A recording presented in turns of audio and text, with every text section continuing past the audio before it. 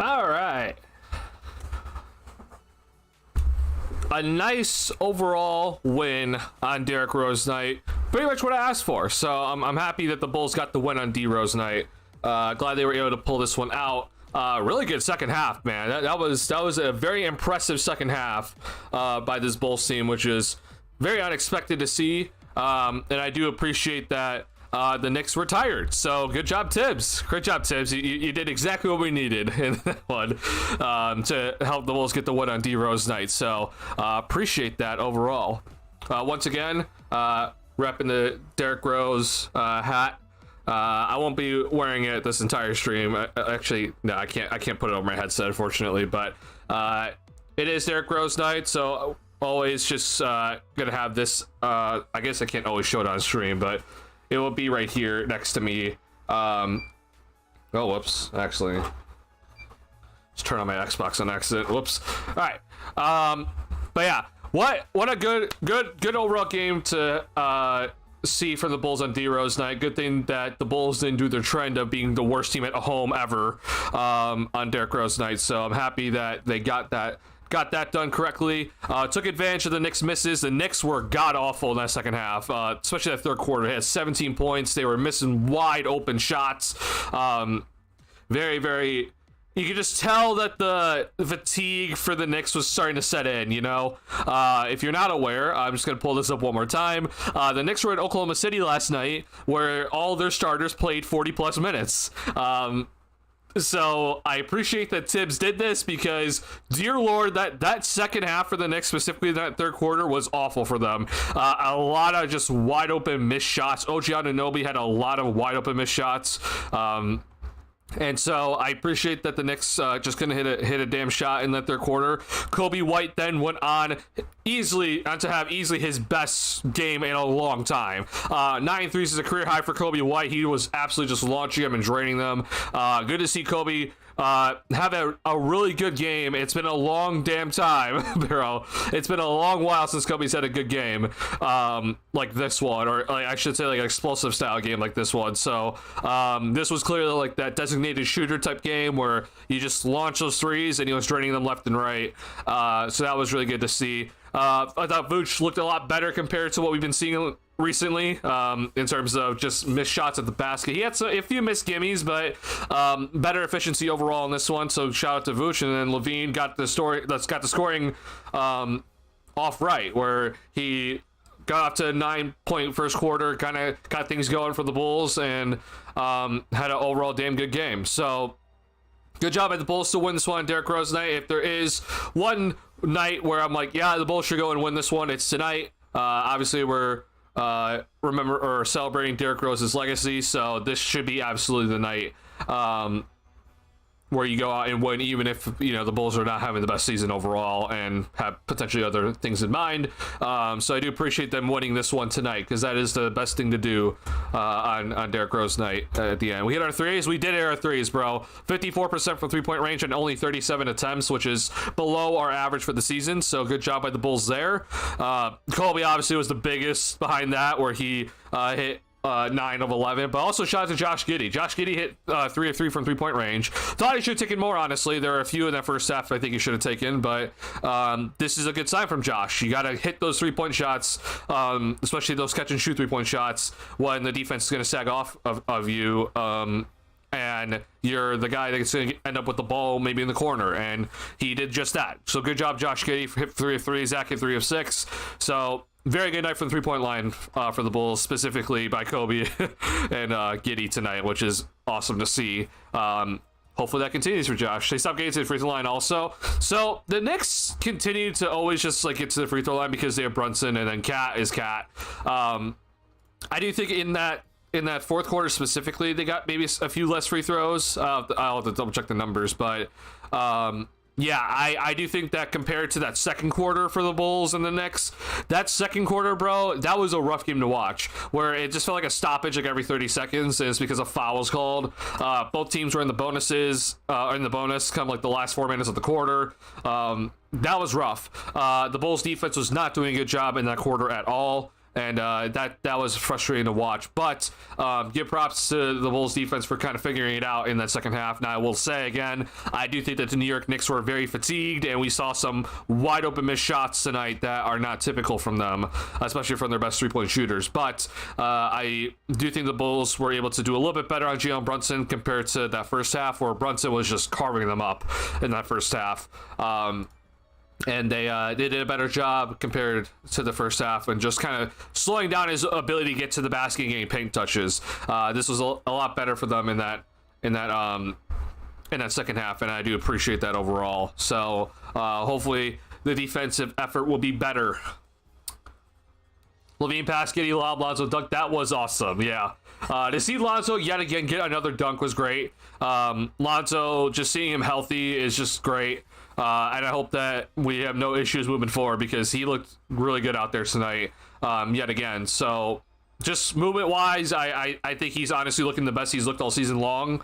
And to see him go up for an alley-oop dunk is great. Timing's good, and he clearly has no hesitation on that dunk. So yeah, I'm just so happy that he's looking better.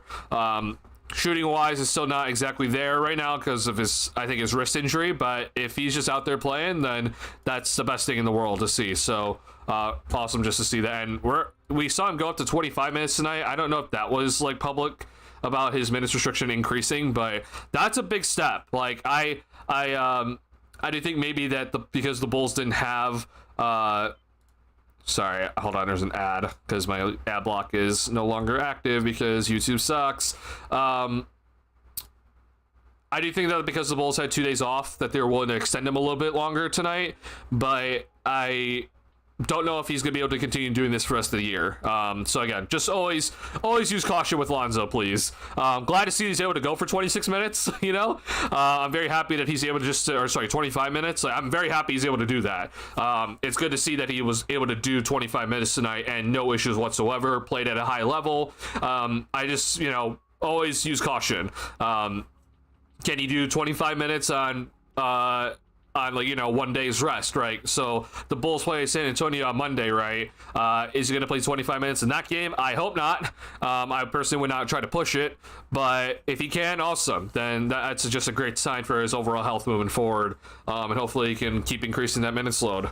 Because honestly, I'm being dead serious right now. I did not expect that Lonzo Ball would be playing 25 minutes right now at this point in the season. I expected at this point in the season we'd be kind of at max. It's 20 no matter what. But I would guess that he's still probably around like 15, 16 minutes per night. And that would kind of be it. And to see that he's able to go up to 25 is just a great sign. So I'm hoping that things continue to go in that correct direction.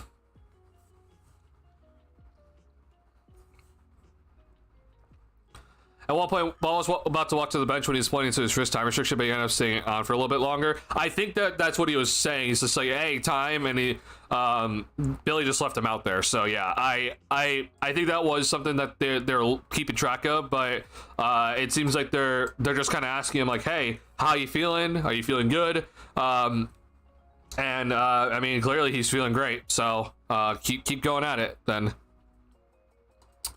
The team heard, do you want to be good or do you want to be great at halftime? It shows greatness in the third. Honestly, bro, that was greatness in the third, bro. That third quarter was probably the best quarter for the Bulls all season long. Now, again, I do think that the Bulls were the beneficiary of some Knicks misses, but I do think that they did a damn good job of taking advantage of those Knicks misses. Like, it's one thing just to have the Knicks miss, but to take advantage of the Knicks, really missing some shots that they should make, that's a good sign that they pushed the ball in transition. They were effectively looking to attack them when, they didn't have a rim protector back there, or if this defense wasn't set. They did a really, really good job of that. So I'm proud that the Bulls played up to their identity and what we want to see tonight, and it got them the win because their high pace of play, which you can just see here when it kind of all shifted in that third quarter, their high pace of play probably led to the Knicks fatigue tonight, or at least some of it, right? So I'm happy to see that. Now I will say I'm shocked that the Knicks has more fast break points than the Bulls did, but 18 is a good number for the Bulls, and you can just see the field goal percentage was just drastic for the 3-point line. Knicks were missing some wide open 3-point shots, and And so I think that's what basically was just a big shift in the game. Bulls defense was a little bit better, sure, but I do think that the big shift was the Knicks 3-point shots starting to not go down when they're typically going down. Bulls offense all night long, though, was great, in my opinion. Even that first half when, the Bulls were losing, the Bulls had a lot of assists. Like, at one point, they had 19 assists on 22 made shots. I think that was at halftime, actually. So, like, it just... The offense, I'm really enjoying this offense, and again, it is sort of a live and die by the three ball, but this season isn't about winning necessarily, so I'm very much willing to live and die by it. But the open looks these guys are getting in this system, or like the amount of just like cutting or like fast break opportunities that they're getting is really good, and it's just up to the guys to just make the shots, right? And obviously we've seen the nights where the shot isn't going down for the Bulls, but I will very gladly take just a wide open shot is missed off of good passing and good spacing versus straight up just slow ball, mid-range heavy. We're gonna try to post up guys all the time.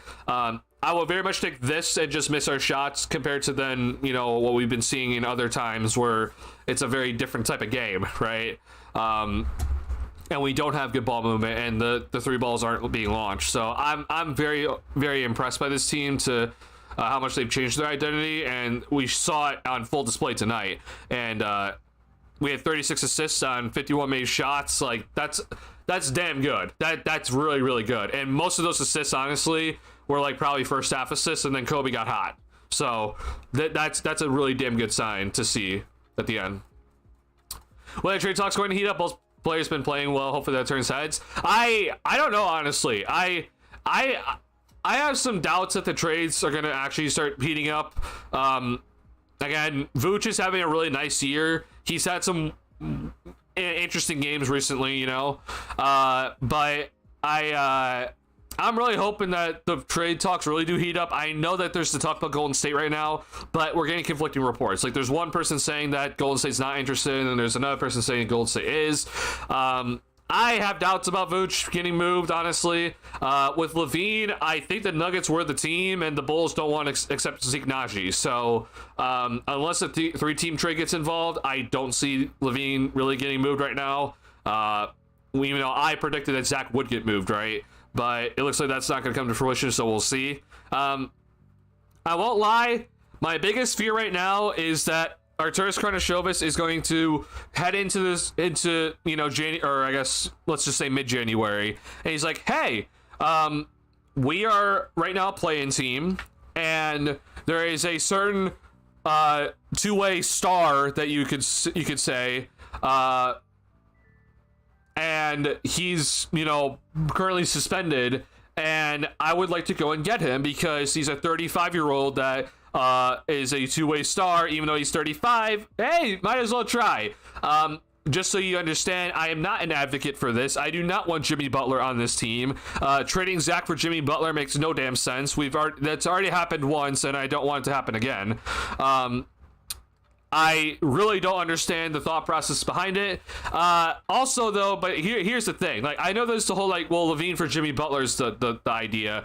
Well, I'm more worried that Karnisovas is actually going to trade not Zach for Jimmy Butler. The Bulls have some expiring contracts that they can send to Miami, and Miami needs, salary cap relief. So, just saying, I'm just pointing it out there that the money between Lonzo, Kobe, and Duarte for Jimmy Butler works.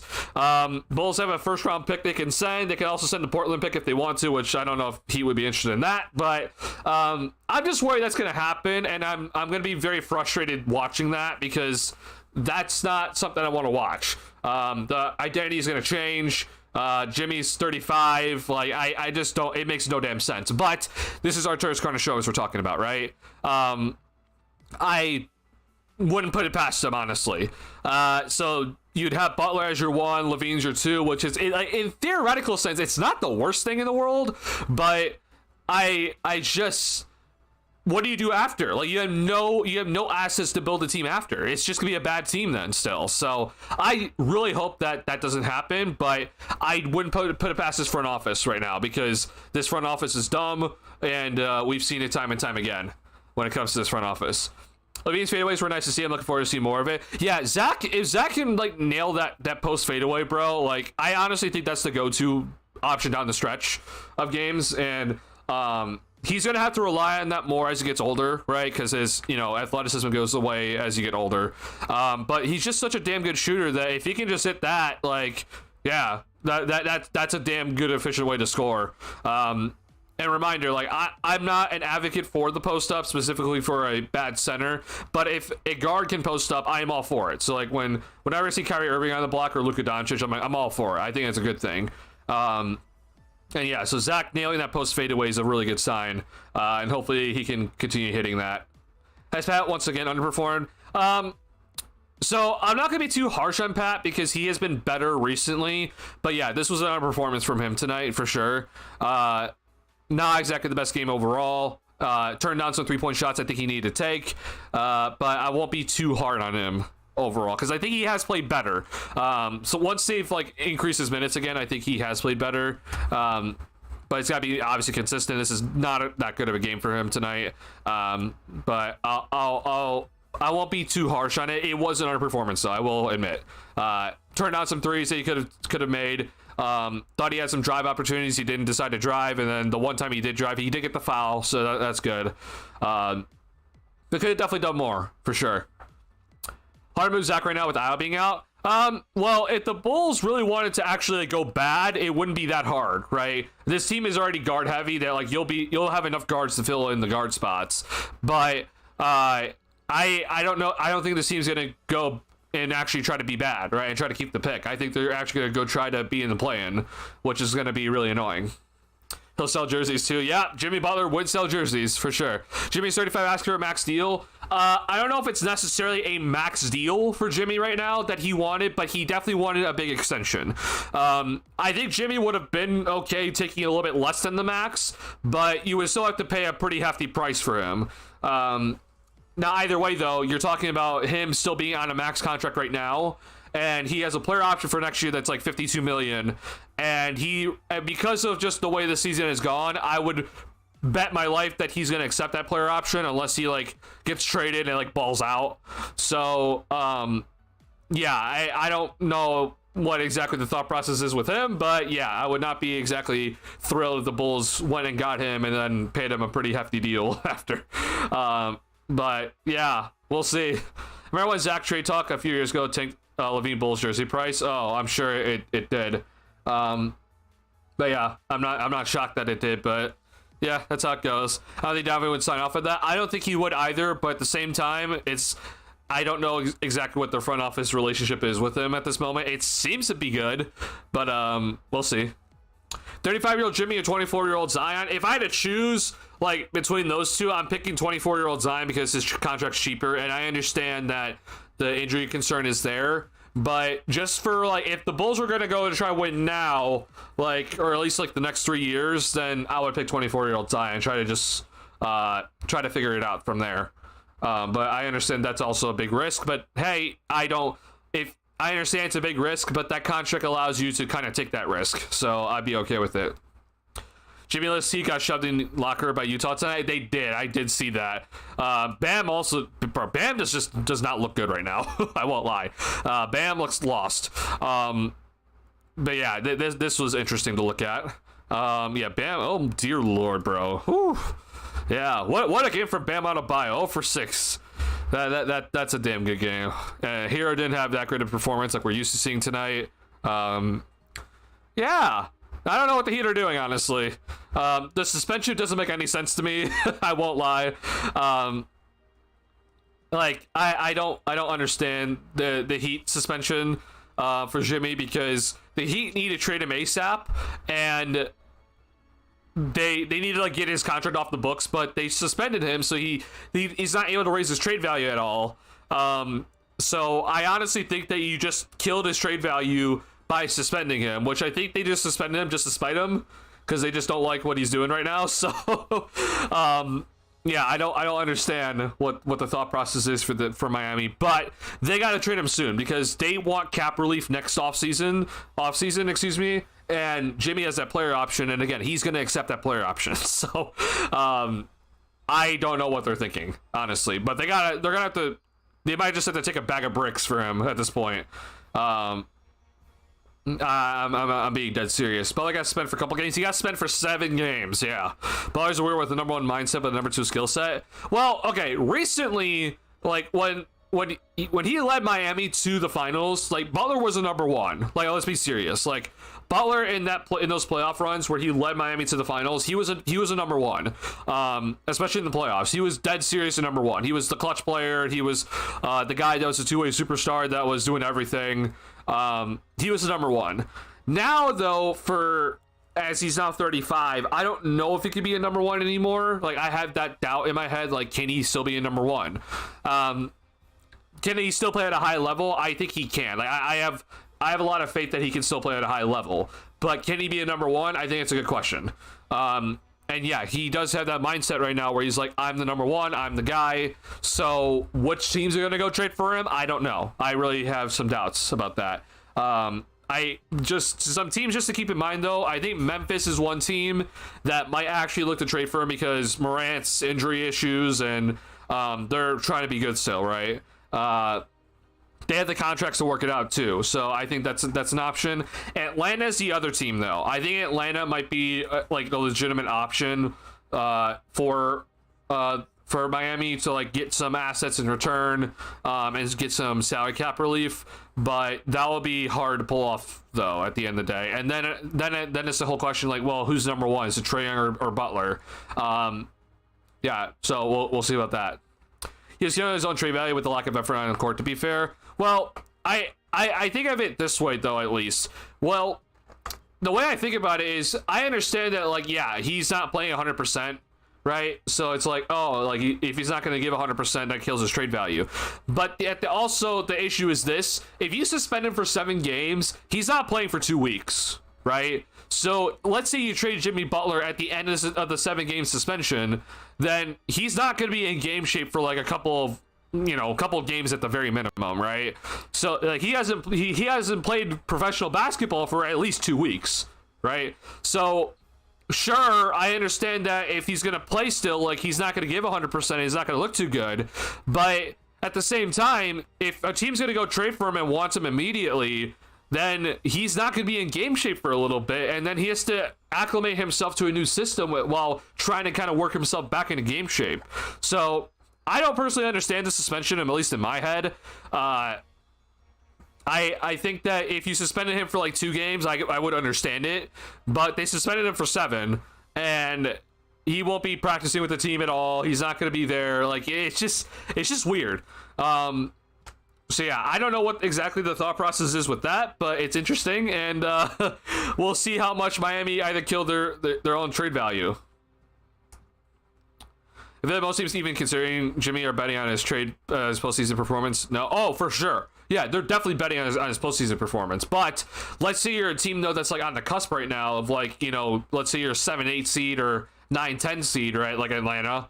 Like you're trying to make sure you're out of the play-in, right? Every game matters. So I would really think that like if you're gonna go trade for Butler, or like let's say the Warriors actually go and do it, like every game matters out west. So I wouldn't want to try to have to wait for Butler to try to get himself kind of back into game shape and everything, which again that's not his fault. The Miami just suspended him for 7 games, so that's not his fault. So yeah, I mean, yeah, the team is definitely like really betting on postseason performances, but I just think that some teams that are like kind of on the edge or like on the bubble, like they're gonna like really want every game from him, and they just, you know, I personally wouldn't be waiting around, you know, at the end of the day. So yeah, sorry to get into the Jimmy Butler stuff. We'll talk more about Butler a little bit later. I have some more thoughts on it at the end of the day, but one more time just to kind of put a nice bow on just Derrick Rose night. I hope you guys were able to watch the halftime stuff. So once again, this is my Derrick Rose hat. I love this hat. I don't really wear it too much, but I love it. It's like a collector's item for me. What a night for Derrick Rose and his family and everyone. I really hope that everyone enjoyed the Derrick Rose night, everything. I hope the people at the United Center really enjoyed it. It seemed like, everything that happened at the United Center, like right when you walked in the building, was awesome. Everyone got roses. You got to take pictures with his accolades. Like, that was an awesome thing to see. And then the halftime thing was awesome. Like, I loved everything at halftime. Chicago Sports Network didn't mess up the production, which is wild to see because they always seem to mess up things. So I'm happy that went smoothly. Neil Funk came back, which was awesome. I'm happy to see that Neil Funk came back. And I think Neil Funk, Stacey King, and Joakim did a really good job at halftime. The video by PJ was great. Him narrating it was awesome. So I think it was really well done by the Bulls. So props to everybody that was involved for helping set up and make sure that it ran smoothly. Made sure that the production was good. That takes a lot of work. So I'm happy that it worked out well, and I think everyone that was a part of it deserves a shout out, and a big round of applause. So good job by everyone that was in that helped work with that and helped make sure it ran smoothly. Good job by them. So proud of them, and I hope Derrick was happy with everything that happened. Hope that the city gave him his love, which I think he felt. Yeah, it was just awesome just to see. Derrick obviously didn't have his jersey retired. I wish it was retired tonight. I really wish it was honestly like the perfect date to have his number retired. 1/4/25. I think number one should have been up in the rafters today, but it is what it is. But I'm happy that his number will be retired at the end of the day. So I'm hoping that that's going to go pretty smoothly. But I don't know if anything could top what happened tonight. This was a hell of a night in terms of just everything. Getting to witness it all on the television was awesome. And I'm sure that if you were at the United Center, it was one hell of a night. So props to everybody that was involved with it. And then honestly, again, like, this was the one game that I was like, hey, go out and win this game tonight for Derrick Rose. Like, this is the one game you needed to go out and win. Again, I'm hoping to keep the pick this year, but if there is one game to go out and win, it's this one, and the Bulls did just that. So good job by the Bulls tonight to get this win for D Rose night, and they did everything right. So yeah, I'm happy it went good, and I'm just happy to see everyone, all the teammates came back and such. So happy to see all of that. All right, do we want to continue talking about the Jimmy Butler trade talks or potential Bulls trade talks? Let me know, or whatever you guys want to talk about right now. Let me know. If we don't have anything to really talk about, I have some film I want to show you guys from this game, and then also from the Wizards game, to kind of show, like, hey, here's something the Bulls are now running. But if we don't want to get into that just yet, then just we can talk about other stuff here. What's going on, Rob? I appreciate it. Appreciate you being here. Butler's banged up for most of his career. This is just vacation for him. I understand that Jimmy like coasts in the regular season. Like, I understand that, especially now at his age. But like, I will admit, like, he can't necessarily, like, if he's gonna get traded, like, that's not gonna fly. So like, if he's expecting, like, oh, I'll just coast and then, like, go into, like, the postseason, like, at 100%, like, I don't think that's gonna work. But yeah, we'll see how that ends up, bro. That's something, bro. That whole situation is wild to me. I think that if you side with Pat Riley, you're insane. This is the guy that led you to 2 finals appearances, and you're like, yeah, I'm not willing to pay you. Pat has been, like, very, very, like stern about, like, stars at the end of their prime years. Like, he's not willing to pay them, right? We saw with Dwayne Wade and why D-Wade came to Chicago. So yeah, I don't know. I'm interested to see how this is all going to work out. Miami has a very big decision to make, and we'll see how that's all going to end up. Because I don't think it's going to end up well for, honestly, either side. Because Miami, I don't know what the hell they're going to be doing from here on out. Like, I think they just kind of killed all their reputation in, like, the free agent market. And they have Tyler Hero, who's, like, their next guy, but he's not a number one, honestly. So yeah. Overall, everything was perfect in my opinion. Okay, we'll head into film. I appreciate that. We saw Giddey hit Smith one pick and roll. That was nice play. Yes, we did see that. that was really cool to see. So a nice pick and roll play from Giddey, which is not something that we always get to see from Giddey from like more recent times, right? But that was really cool to see. All right, we're gonna go into some film, and I gotta be more careful, so it's gonna be a little bit more smaller again. I do apologize. Like, I'm talking about the video when I do bring it up here. I do apologize that it's gonna be smaller again, but I'm still getting hit with copyright issues from the NBA bot on YouTube, so I'm gonna do like my best to like not get hit by it. I'm gonna like be pausing a lot, so bear with me. That's the reason why I haven't been doing a lot of film breakdown recently, but like pretty much like every single film breakdown stuff that I've been doing, like even like stuff from like weeks ago, it's been getting hit with the copyright. So I've been like very, very careful with it, so bear with me. I do apologize that if it's like small and such, but I'll do my best here.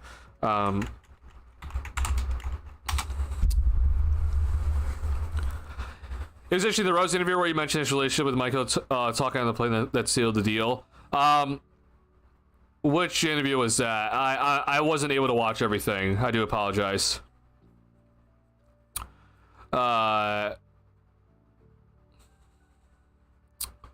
Optimistic Bulls fan got hit with copyright about an hour ago for halftime. Short, really? You gotta be kidding me, bro. I won't. The NBA this year, like I'm talking about this specific year, they have like cracked down the most I've ever seen this year.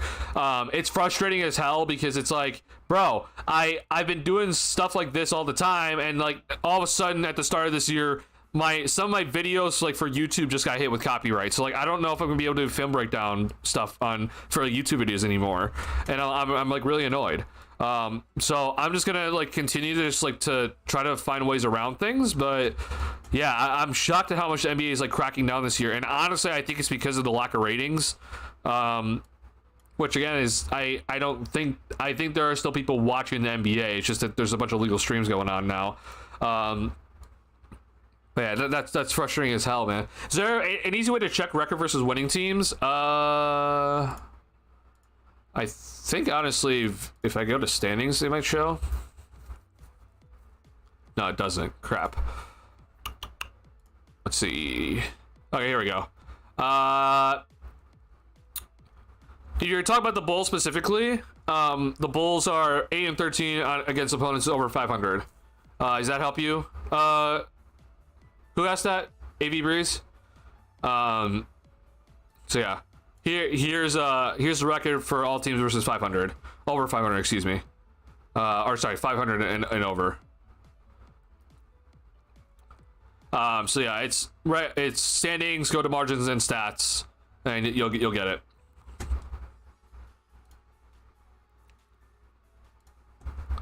Okay.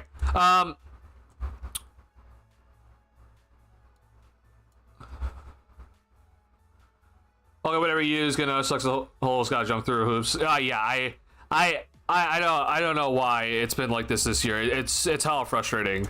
I'm glad that you guys are still enjoying the streams, even if we're not doing film breakdown. Like, I sincerely do appreciate that. But like, this is what I love doing, and so the fact that like I haven't been able to do it as easily, it's just been so frustrating. Because like, what's been happening a lot is like, if I get hit with copyright, then like I have to like delete like part of the VOD, and I hate doing that because I'm seeing like I'm getting like at least like 20 viewers of VOD right now, and I hate just doing that because it's like I know that they're watching the stream and like suddenly just like a random cut, and it really sucks. So I hope that that doesn't like kill everyone's viewing experience. But we're gonna head into this play specifically, and I want to show you this play because this is something that the Bulls have been running a little bit more recently, and I'm happy that they're running like this sort of play. It's kind of like a it's not exactly a hammer action, but it's a nice action to try to get Levine an open 3-point shot opportunity, but it just gives the Bulls a lot of options. Like it allows them to kind of stay within the flow of their offense and not like worry too hard about like, okay, what's next, and it allows guys to kind of freely dictate what to do on the possession. So sorry, we're gonna back it up because that was awful to look at. Okay, sorry, hold on. I'm gonna minimize this for just a second because again, copyright issues. Can I just do this? There you go, perfect. Okay. Now, what we're gonna do here is we're gonna pay attention to everybody on this play, okay? So, important to note that an action the Bulls have ran this year is we see consistently. Sorry, hold on. Let me go to red. We see consistently Zach dives to the basket. Vooch comes up and sets a screen. Sorry, Bulls are in white, so I'll use the white pen here. So this is typical action by the Bulls. Okay. Now, what we have seen off of this action, though, is like Zach sometimes will like stay in the paint as the pick and roll is being ran, and then he'll like kind of swing out to either side, right? And so this play, though, specifically, we're just going to keep an eye on this, right? So Zach dives down, and here comes Vooch up to the top of the key. So this is typical, right? But instead of Zach staying down here as like the pick and roll is being ran, right? We just immediately just see him dart to the corner. So this is a nice play as we see up at top of the key where Vooch and Giddey are running this pick and roll, and Giddey decides to reject the screen. So he's going to go this way, right? Now, right here, Giddey draws too. So Giddey is pretty much in this one little shot here. He's done his job. I personally would not be guarding Giddey this way, but it's good to see that Giddey drew too. So this is a good sign for the Bulls. Like Giddey drew two. Now granted he's being guarded by Jalen Brunson, but it is what it is. Giddey throws it back out to Vooch. Okay. Now, as this is happening, you have Patrick Williams here setting this little like kind of brush screen on Josh Hart. Now, it's important to note what happened on this play, which we'll back it up and watch it again. But as the ball's being swung back out, P. Will does this little screen on Josh Hart, and then you're going to see Vooch throw it over to Zach in the corner, who decided to run out to the corner as the pick and roll is being set, and Zach gets an open three-point shot out of it and drains it at the beginning of the game. So that was the first play of the game, right, for the Bulls, and Zach got an open three-point look out of it, catch and shoot, and he knocked it down. Now, you're wondering, like, oh, this is it. Why are we watching this play specifically? Because that's not exactly like very special or anything. But I want to just point it out that I have seen the Bulls starting to run this play, which this wasn't in their playbook at the start of the season. Okay, I'm having you guys watch this because we're gonna watch something that's pretty similar to it. Okay, where we're gonna basically watch a very similar kind of set for the Bulls. Okay. I'm sorry, I'm going to minimize this just a little bit as we get up to speed here. Okay, here we go.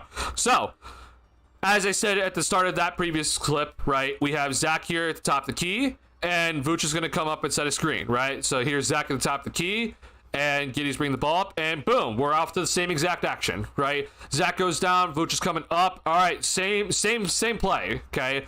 And again, I'm showing you guys this because I want to show you, like, oh, this is how we or this is just like, you know, pointing out like, hey, we're seeing repetitive things for the Bulls on the offensive end, right? So here's this play, right? And here comes Vooch up, pick and roll, and Zach's went diving down, and you're gonna see him go out to the corner, same exact play, right? Here's Zach diving out to the corner. Giddey accepted the screen this time, and you see that Pat is sending the screen. Here comes Zach out to the corner, and Zach gets an open catch and shoot three-point shot in the corner. He just misses it this time. But still, same action, right? Same exact play, same action, different result, but it's okay. We'll obviously accept a wide open three-point shot from Zach LaVine in the corner because that's where he's one of the best at. So, yeah, there's that for the Bulls in terms of just a play that we're kind of seeing. It's not quite hammer action. I just want to make that clear. Like, if you wanted hammer action is basically as if let's say this is pick and roll top of the key. All right, hold on. Let me just restart that. So, hammer action would be like this, where Giddey would come off the screen this way, and you would see like Giddey would like try to drive in, and then Zach would like start here, and then we'll go to the corner this way, and then Giddey's like, oh, here's an open Zach in the corner. So it would end up kind of like similar action of like, oh, LaVine's in the corner, open three-point shot, ideally. But it's not exactly that, right? But it's similar action where you run a pick and roll at the top of the key, and you have Zach basically coming off a pin down, and he's able to, get an open look out of it. So this is just good action because it gets Zach more moving off ball, which is ideal for his scoring abilities. Definitely out that the next game had definitely out that the Knicks had a game last night as well versus the team that they had to put a lot of effort.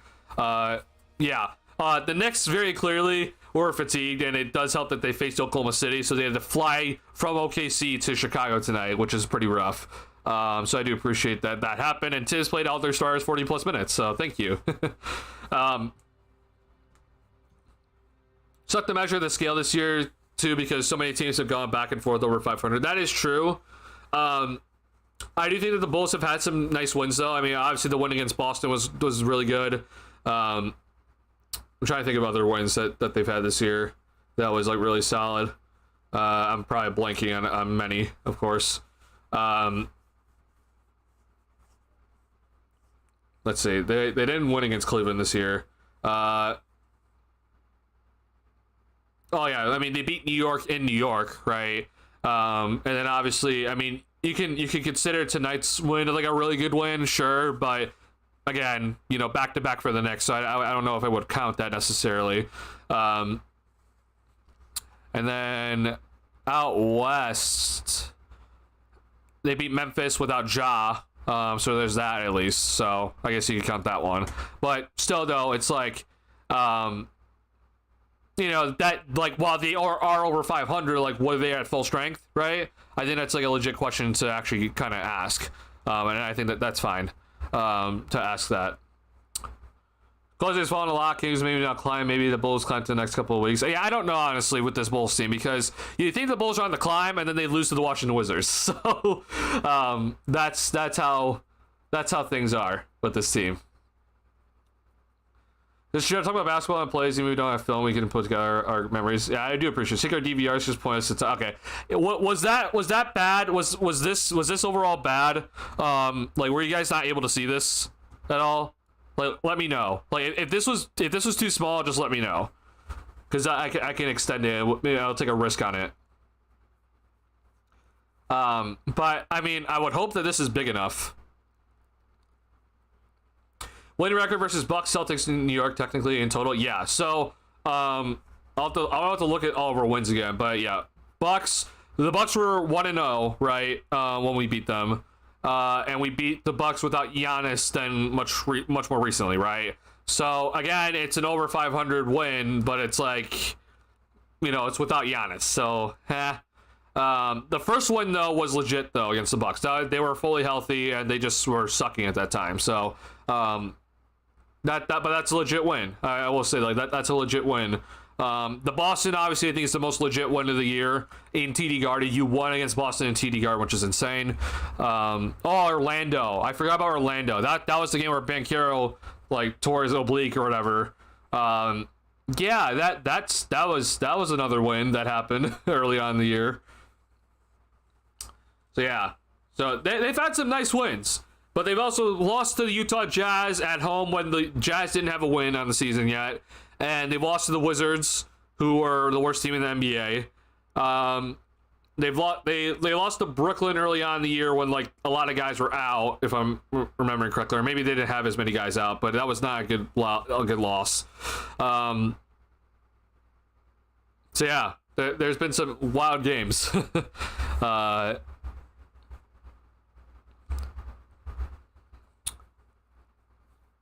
His cat late was dumb. I don't necessarily think it was late. I don't think it was that dumb by Tibbs. I understand why you played Cat, and I think it overall was fine. It just sucks that the Cat got injured in that play. Maybe you should have taken out like a second earlier, but like, you know, I'm not gonna be too critical on that one.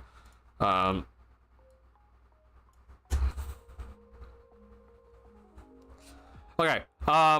I do have more film to show you guys if you want to see more. But let me know. I'm here for whatever. So if you want to see more film, let me know. I have another thing that I want to show you guys that I'm enjoying from the Bulls offense this year. Kick me down. Is this big enough, or do you want this bigger? Like, what is this bad? overall? Like, are you not able to see this? Because I want to make sure that you guys can see this, you know?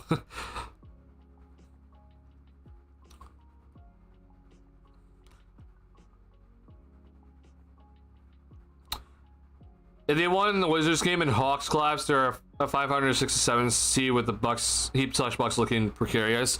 Yeah, it's funny because the Bucks won the the in-season tournament, and then they've gone on to have some horrible losses, including losing to Portland tonight. Like, I don't understand the Milwaukee Bucks honestly this year. But I mean, Giannis missing some games has kind of killed their momentum. It's good. I think it's fine. Okay. I'll switch my even better. Okay. I'll bring this just open a little bit more, I'll make this bigger just a little bit more, but I don't know if I can extend it after that. Oh yeah, here definitely helped with W. Oh yeah, the Bulls won that Magic game because Banchero got injured, like for sure.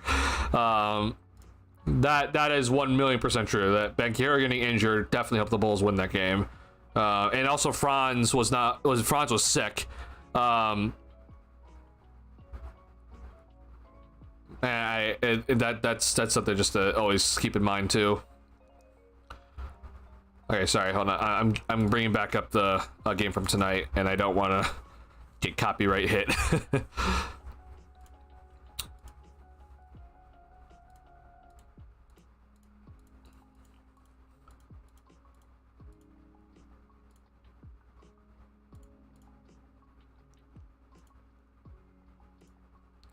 Okay.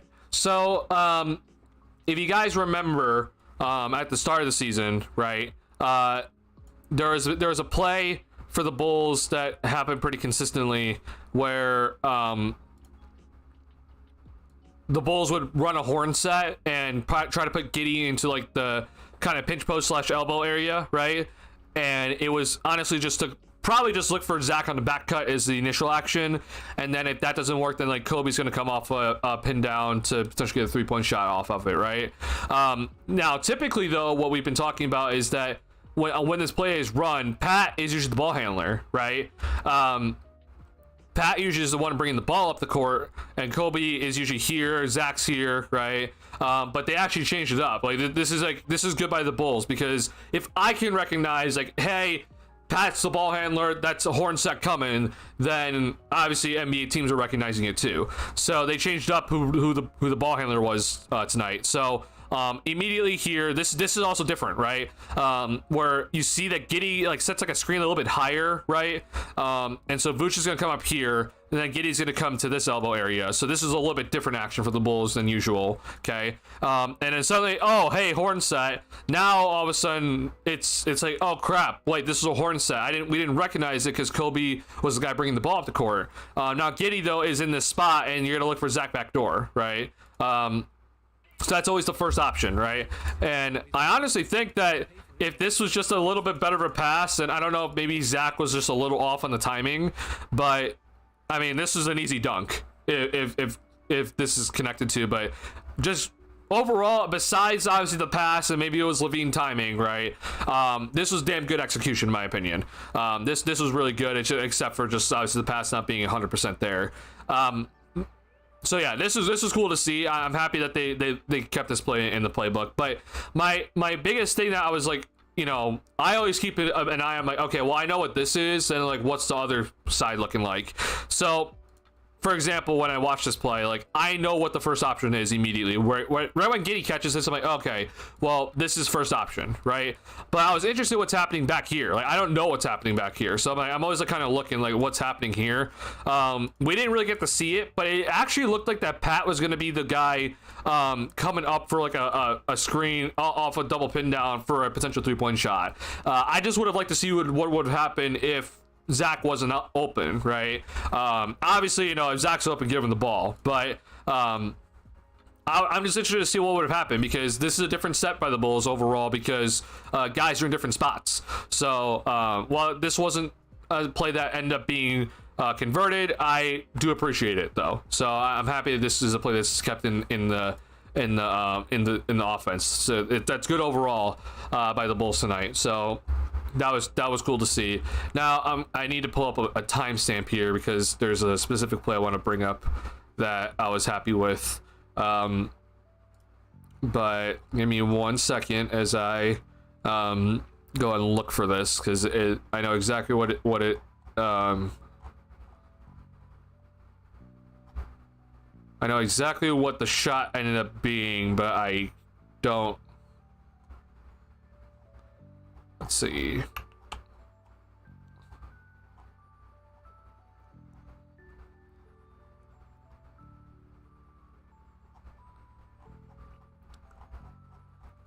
I can't find it, so I might just have to.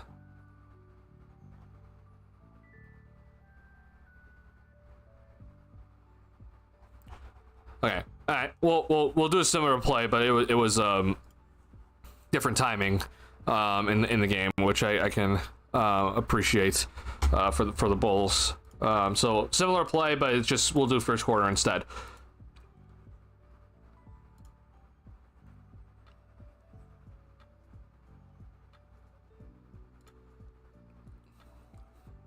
Okay, here we go. So this is not necessarily a play, but it's little things that I do notice that I can appreciate throughout a game. And it's kind of just showing like, hey, these guys have like good recognition overall. And I'm happy that they do, because it's something that I think the Bulls need to get better at as they move forward. Sorry, I'm minimizing this for a reason. You guys know why. Sorry, hold on. I need this shot to miss and rebound. Okay, cool. So here we go. This is off. Obviously, we saw Jalen Brunson miss the shot. And so we saw a lot of point Zach tonight, honestly. Like, and what I mean by that, I don't mean that he's like getting the assists. I just mean that he's the guy initiating a lot, right? And so we saw a lot of this where Zach just kind of brings it up and like initiates the offense here. And we see this little pick and roll set. Zach rejects the screen. So this is not exactly what I want to show you, but this is just the start of the play, okay? Now, Zach has to get rid of this ball because nothing was there, right? But what I really like that what the Bulls did right after this happened, where you see, okay, Zach's like, oh, well, I didn't get anything. I'm going to throw out to Giddey. Well, now what's going to happen here is that they recognize, hey, Jalen Brunson's guarding Giddey, and because everyone's a switch defense nowadays, if we can set a screen with Levine and get Jalen Brunson on Zach, then we have the mismatch, right? So immediately as Zach threw this back out, they recognize, okay, set the pick and roll. Let's see if we get the switch. And we see here, Zach sets the screen and they switch. So now Mikal Bridges is now on Josh Giddey instead of Zach LaVine, which is ideal, right? So now you have Jalen Brunson, who is by far the weakest defender on the Knicks. He is now guarding Zach. And so this is just a straight mismatch. At this point right now, you just need to just let Zach go. The worst thing you could do is try to run some sort of action coming towards him, right? So don't, you know, we saw this a little bit earlier in the game, but like, don't run someone to the corner here. Like that's not right. If you are going to run something that's near him, then like, you know, this is okay, right? But I don't want Giddey clogging up the lane. Like, I don't want Giddey necessarily to always do that. Giddey needs to kind of go back out, but just space the floor properly and just let him go, because this is where this is harder on the defense, right? Because if let's say instead this was Vooch, then Cat gets to sit right here, right? I know Cat's over here right now, but this is why I think a guard though in the post is more effective than having a center that's not necessarily that good in the post, right? Now, again, Vooch has been good this year, but having Zach here puts a lot of stress on the defense, especially against a mismatch. But right here, we're going to see that the Knicks decided not to come quickly enough, right? And so Zach just decided to shoot right over Jalen Brunson and just knocks us down. So this is a good awareness by the Bulls overall from, you know, instead of them like being like, hey, we're going to run this play and then, oh, it doesn't work. Okay, let's try to reset. This was an on-the-fly adjustment. We're like, okay, throw it out to Jalen Brunson. We throw out to Josh Giddey. We see that Brunson's guarding Giddey. Run the pick and roll and see if we get the switch. We got the mismatch. Hey, all right, move out of the way. Let Zach do his thing. And they did just that. So that was good to see.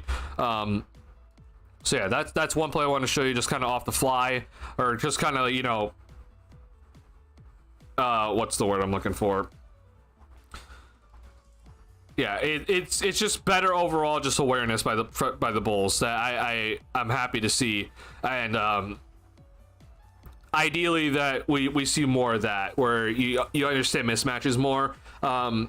I understand like the Bulls are like it's heavy 5-out, you know, pick and roll, top of the key offense right now, which is good. Like I think that's like a good base to have. But whenever someone does have a mismatch, like if Zach has a mismatch or Kobe has a mismatch, or obviously Vooch down low this year has done a really good job against mismatches, right? That's always should be priority number one.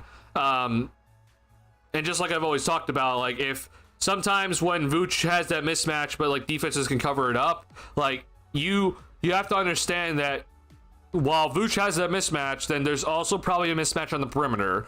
So giving the ball to one of your better overall playmakers, right? And I mean that in like in Levine and slash Kobe, and I guess in sometimes Io. That's the ideal scenario to go to. So that these sort of plays that the Bulls can just kind of figure out on the fly is really good. And I am hoping that they can figure this out more, especially like more perimeter oriented mismatches, because I understand it's like, oh, the Bulls miss Vooch on the mismatch. Like you have to understand the teams have done a really good job now where if there is a mismatch down low with the big man, teams have done a really good job at denying the post entry. Like they have done like a really good job of understanding like how to deny a post entry for the big man. So if that's gonna happen, then you gotta exploit the mismatch on the perimeter. You have to, and I hope that that's something that the Bulls can take advantage of more often as we move forward. So we'll see. And hopefully like someone like Kobe can like start taking advantage of stuff like this. So and we sort of saw it tonight, but I think Kobe just got hot, mostly hot from three. Cat flailing around going to the paint is going to get him hurt.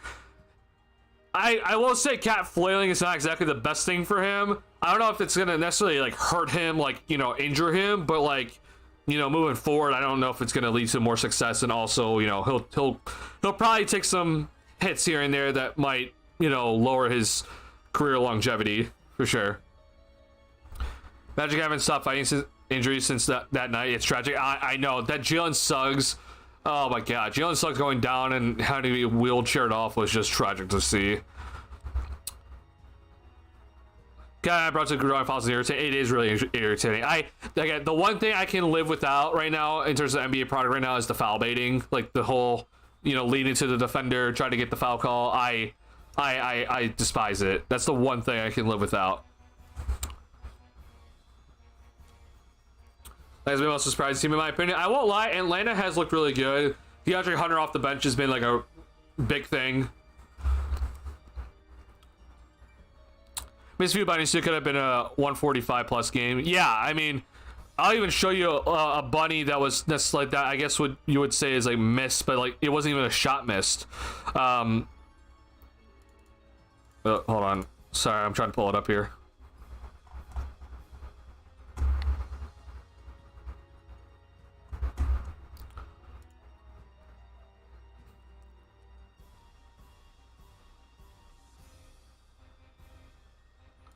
No, hold on, that's not it. Hold on.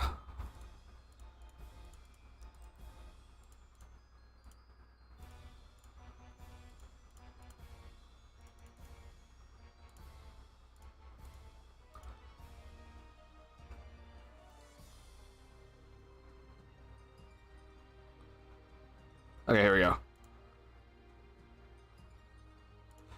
So here's a play where the Bulls missed a mismatch that they could have taken advantage of, right? Here, I'll back it up. Sorry about the black screen here. Okay, made shot by Mikal Bridges. Okay, here we go. So off a make here, and this is what I just want to point this out really quickly. This is what you're gonna have to start expecting teams start to do against Josh Giddey, is that you're gonna start seeing them go under screens when they run the pick and roll. This is the reason why I don't really like when Giddey is like running these like pick and roll sets. Like I want Giddey to have the ball in transition, or you know, if Giddey is like going to be in like a passing position, right? I want Giddey to have the ball, but in these sort of scenarios here, it's like it's not exactly the best for the Bulls because you just have two better options in terms of Levine and Kobe to run the pick and roll sets with, and I think we kind of saw some of those moments tonight just overall.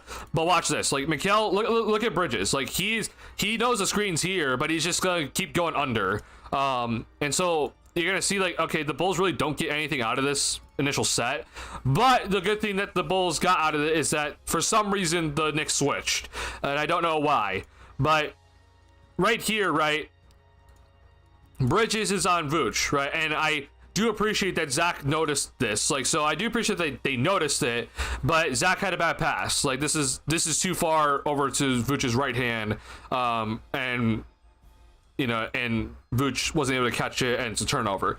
Now, I will say this. So I have been giving Vooch a lot of flack this year, or I guess not as much this year, but some flack this year when it comes to when he's trying to seal his, you know, his man when he has that mismatch.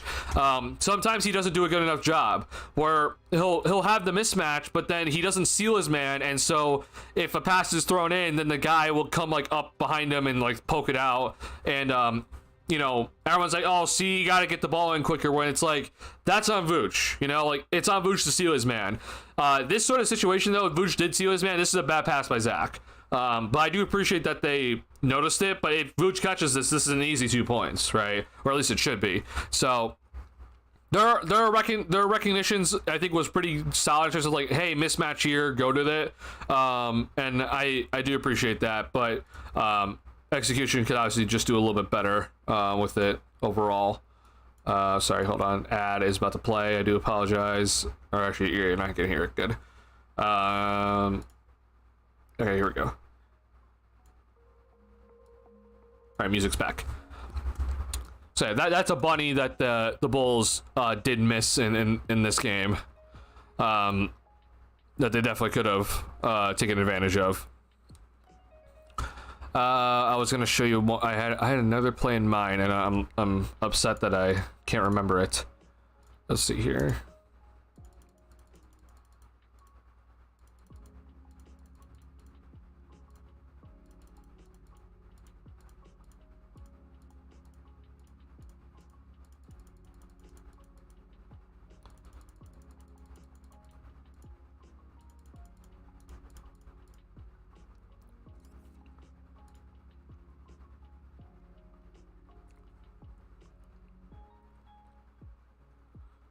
Sorry, give me 1 second here.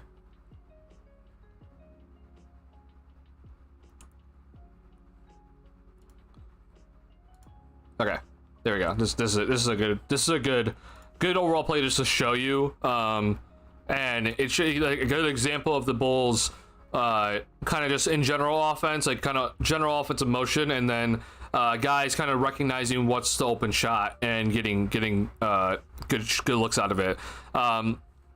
So this is off a made basket, okay? We're gonna see it here. Sorry, hold on. I just want to back it up fully, and we'll just do this.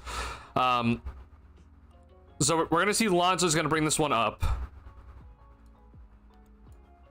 Okay. Now here's the typical Bulls offense, right? You throw it to your center, and Vooch and Jalen Smith have done this, right? But you're gonna see like, okay, we're gonna see motion here, and the center kind of makes a decision, right? Where, let's say if these guys decided to not switch properly, then Kobe gets a wide open layup, right? So Jalen Smith needs to recognize that. Where you see, though, that the Knicks, they switched it properly, so Terry's not open. Try to give it to Kobe, it's not there, right? And so now it's like, okay, well, we got to reverse it back. So now Lonzo gets the ball again, and we see then this play being ran, so Lonzo rejects the screen. Don't exactly know why the Knicks didn't fully switch this, but we'll take it. Also, Anunoby cheated too far over, and Lonzo does a good job here. Passes out to Julian Phillips, open 3-point shot. Phillips in the corner this year has been pretty solid. Knocks this one down. Now, I'm just going to show you that, and then I'm going to show you one more play here where it kind of shows you like, hey, this is kind of where guys are doing a good job of starting to recognize how the offensive motion works, and ideally we're going to see more consistent shots from this moving forward. And if I can find the damn shot, which I don't know why I can't find it.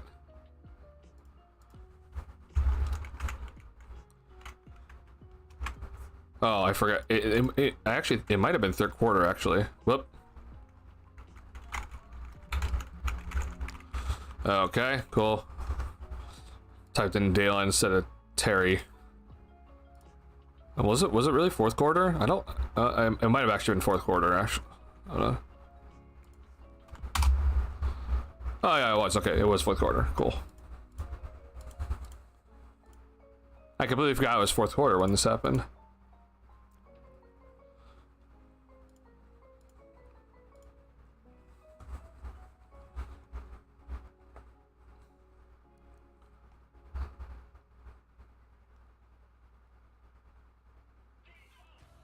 things you're into are always changing, but what you pay for. Sorry, hold on. Sorry, ad. I know. I'm aware.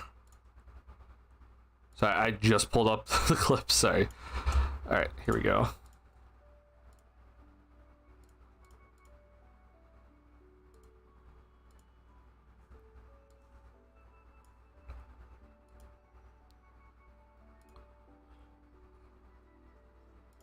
Oh, crap. Okay, I went too far back. Hold on. Okay, cool. So now, right, we have similar action, but we see that on this little drags sort of action here where sorry, that's not drag. Sorry, I was thinking another play. But we see here Kobe's gonna come off in transition, and Jalen Smith's like, all right, set an immediate screen. Kobe goes this way, and now Jalen Smith's back at the top of the key, or like near the top of the key, right? And so once again, though, you're seeing that the center is gonna be the guy that's like making decisions, right? So we talked about Vooch being the hub. Jalen Smith also has this ability, right? Dalen Terry decided to cut hard, and we see Jalen Smith recognizes it. Immediate pass to Dalen Terry down low, hence this layup, right? So it's just showing like, hey, this is like kind of like what we call like point center action. And the Bulls have done like a pretty decent job with it overall this year. So like this is like kind of typical sort of stuff that you've been seeing from the Bulls all season long, and we see them get some like pretty decent shots out of it from time to time. And this is a good example of it overall, which I promise you that Tibbs was not happy about this throughout this entire game. Like he was pretty pissed about it. I wouldn't blame him, honestly. I would not blame him. Because, yeah, I won't lie. There was some atrocious defense being played by the Knicks tonight, and I'm sure that Tibbs was not happy. All right. Let me show you then one more play that I personally think it's I would argue that it's more so from like last year that we were kind of seeing it. Let me see if I can find it here.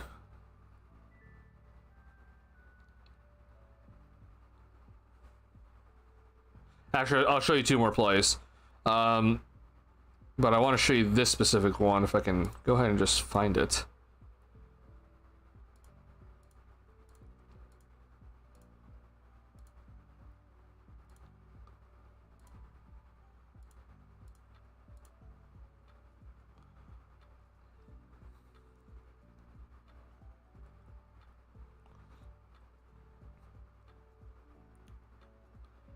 All right, sorry. Oh, that's not it.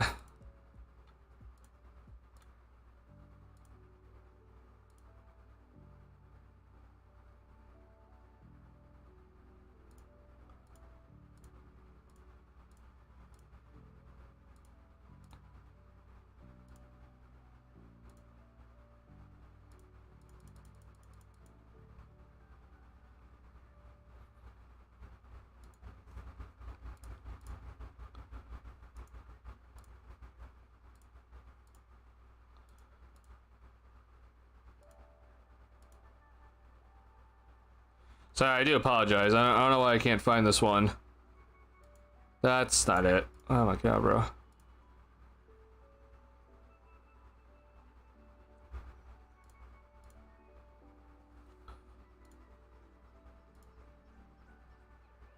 There we go.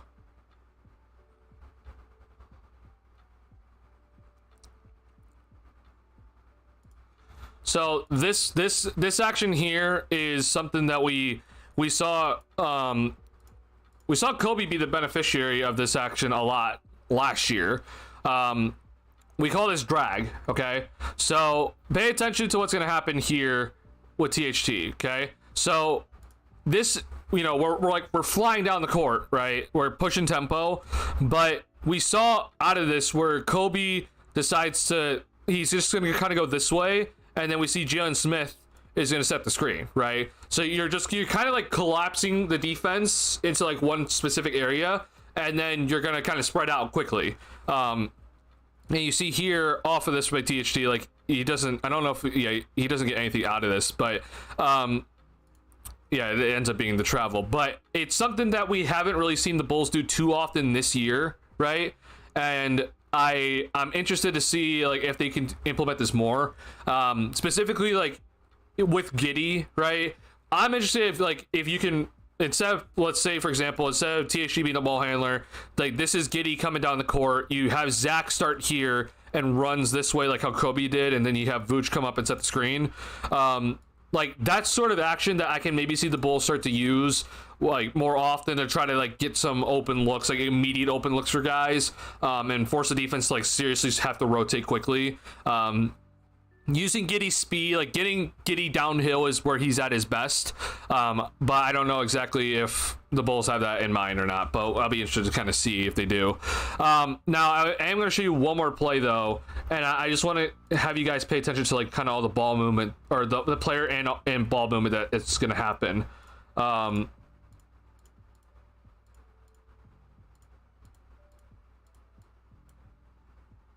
Oh god.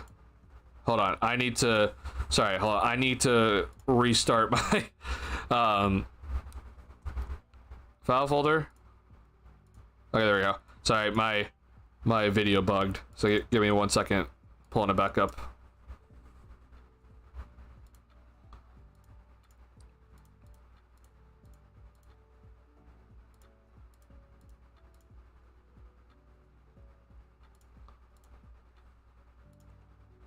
Okay, so I know that we don't really like THT that much right now. I've been seeing a lot of Bulls fans. They've been clamoring about like, or they've been just harping on Donovan like, why is THT in the game? I understand, bro. Like I don't understand why THT is getting more minutes over Booz Ellis, and like, you know, he's getting minutes over Julian Phillips. I know some people have been talking about minutes over Dalen Terry. I get it, bro. Like I'm not the biggest fan of THT minutes either. He's played okay this season overall. He impressed me earlier on in the year. He hasn't exactly been that good since. But I do want to just show this play. So it's like, you know, forget the players themselves on the court here. I just want to show you like the kind of just awareness in the player movement in this sort of play here. Okay. So again, forget the players on the court on this possession here. Again, sorry, one more time. I'm just going to do this just because copyright. Okay. So, high pick and roll screen, right? THT is coming down. He's flying down, pick and roll from THT. Now, Patrick Williams is moving this way, okay? And we see him moving along with the pick and roll, all right? So, this pick and roll set doesn't get anything. Okay, the initial one. So again, we're talking about this one. THT dove here. Sorry about the blurriness. I know it's a flash, but Pat is all the way out in the corner right now. Nothing kind of came from this possession. That's fine, right? Or this initial set. So, but as you can see here, the shot clock's basically changing from 18 to 17. So you've used very little time already off the shot clock, and you already got an initial set. You got a paint touch, which is great, right? It's little things like this. Like it's not that complex, but it's just these little things that I'm like noticing where I'm happy overall. Like even though this didn't result in anything initially, the fact that this initial set got a paint touch where we're 17 seconds, or we have 17 seconds left on the shot clock. We've used 7 seconds of the shot clock. We have a paint touch, right? That's good. That's a very good thing automatically. Now again, it didn't result in anything off the bat, but it's a paint touch. Okay. Off the bat, immediately we get a paint touch. Good. Now we're gonna reset here. Okay. So THT threw the ball back out, and he's gonna come back out here and get the ball again. So off of this action, though, pay attention to what Jalen Smith is gonna be doing here. Okay. So right now, because the initial set didn't get anything, the Bulls have to reset. Now we have to move again. If we're Bulls players here, we have to move again. So we get this, we get the play back up here. So it's a little handoff pick and roll now between THT and Julian Phillips.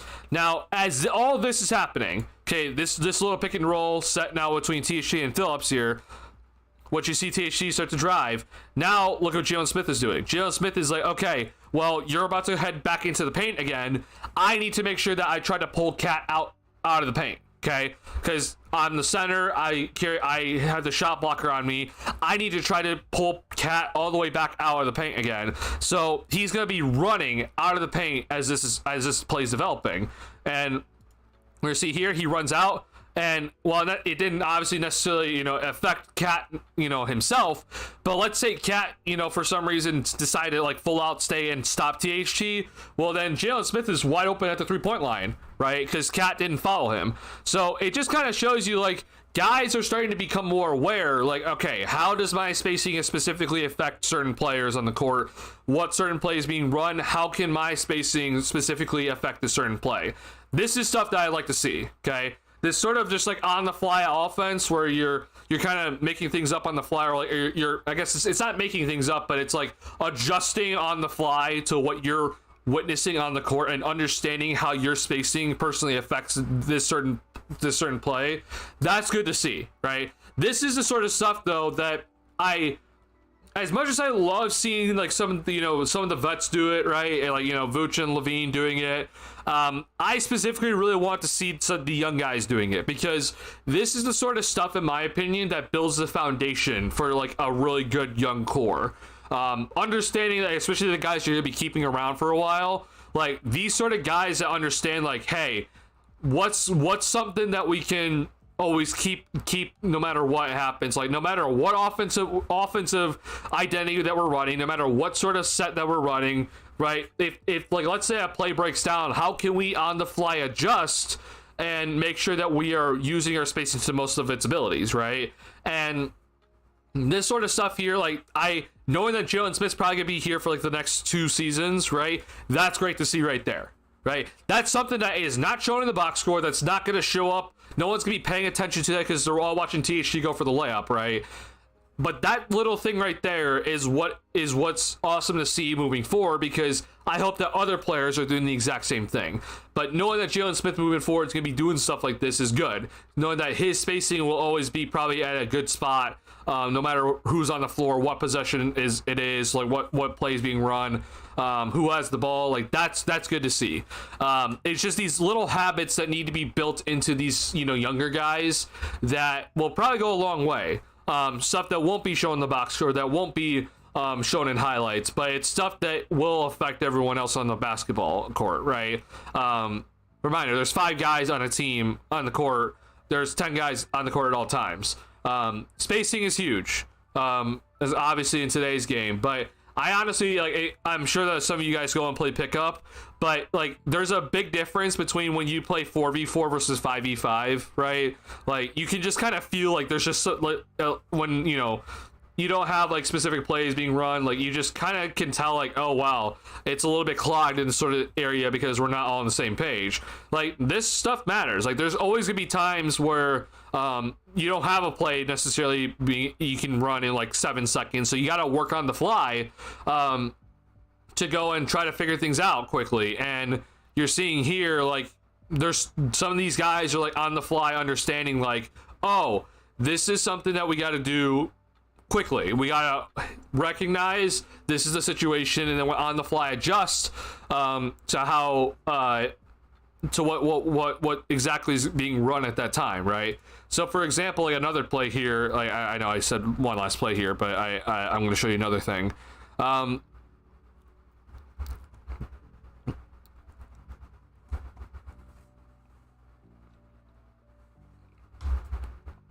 Sorry, hold on.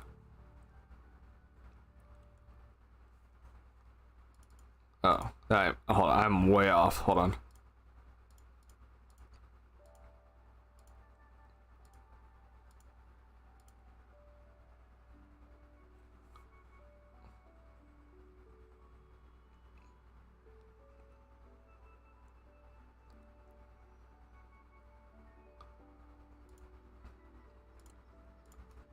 Okay, so let's watch this, right? So this is Levine's fadeaway that he hit in the 4th. So again, 19 seconds here, and we understand. Okay, Vooch has the ball, point center, right? Again, point center. He's making decisions with the basketball. He's the hub. Okay. Sorry, I gotta back it up because of the screen. Okay, so again, inbound, Giddey brings it up, and now we're going to throw it over to Vooch. Okay, he's going to make the decision here. Pat's going to come and set a pin down for Zach to come off of. He doesn't accept it initially, so Pat tries to get the ball. Pat isn't open because the Knicks kind of got that lockdown on the initial action, right? So you see here automatically, like, initial action doesn't work. Vooch is automatically looking, hey, can I reverse this so that, you know, someone like Giddey can come up here and get the ball. Someone come and get it, right? As you can see, though, as they're trying to get themselves open, they're like, oh, crap, like, no one's open, Giddey isn't open, Phillips wasn't open, Pat wasn't open, so Zach then comes up and gets the ball, okay? Now we're down to 12 seconds, so all of a sudden, you know, you're thinking 90 seconds on the shot clock, and you're like, oh, we have plenty of time. Now it's like, okay, 12 seconds, we gotta go, right? We gotta figure out something, so immediately, Zach's like, okay, we gotta isolate this, or try to isolate down to 10 seconds, and we're gonna attempt to run pick and roll, but he rejects it. So now, right now, the play is completely broken. Like, this was not the set. This was not the first or second option. This was not the third action. Right, the play's broken. We're down to 6 seconds now, and it's time to adjust. Okay, right now, Zach has the ball in his hands. You see that he's about to just go to straight post up ISO, and so you're going to see guys adjust to this. So Vooch does a good job of understanding, like, okay, I shouldn't go down here because that brings the shot blockers to the basket. I got to stay up here. That's good. But pay attention to Josh Giddey. This is good from Josh. Now, again, something doesn't show up in the box score, doesn't show up necessarily in anything, right?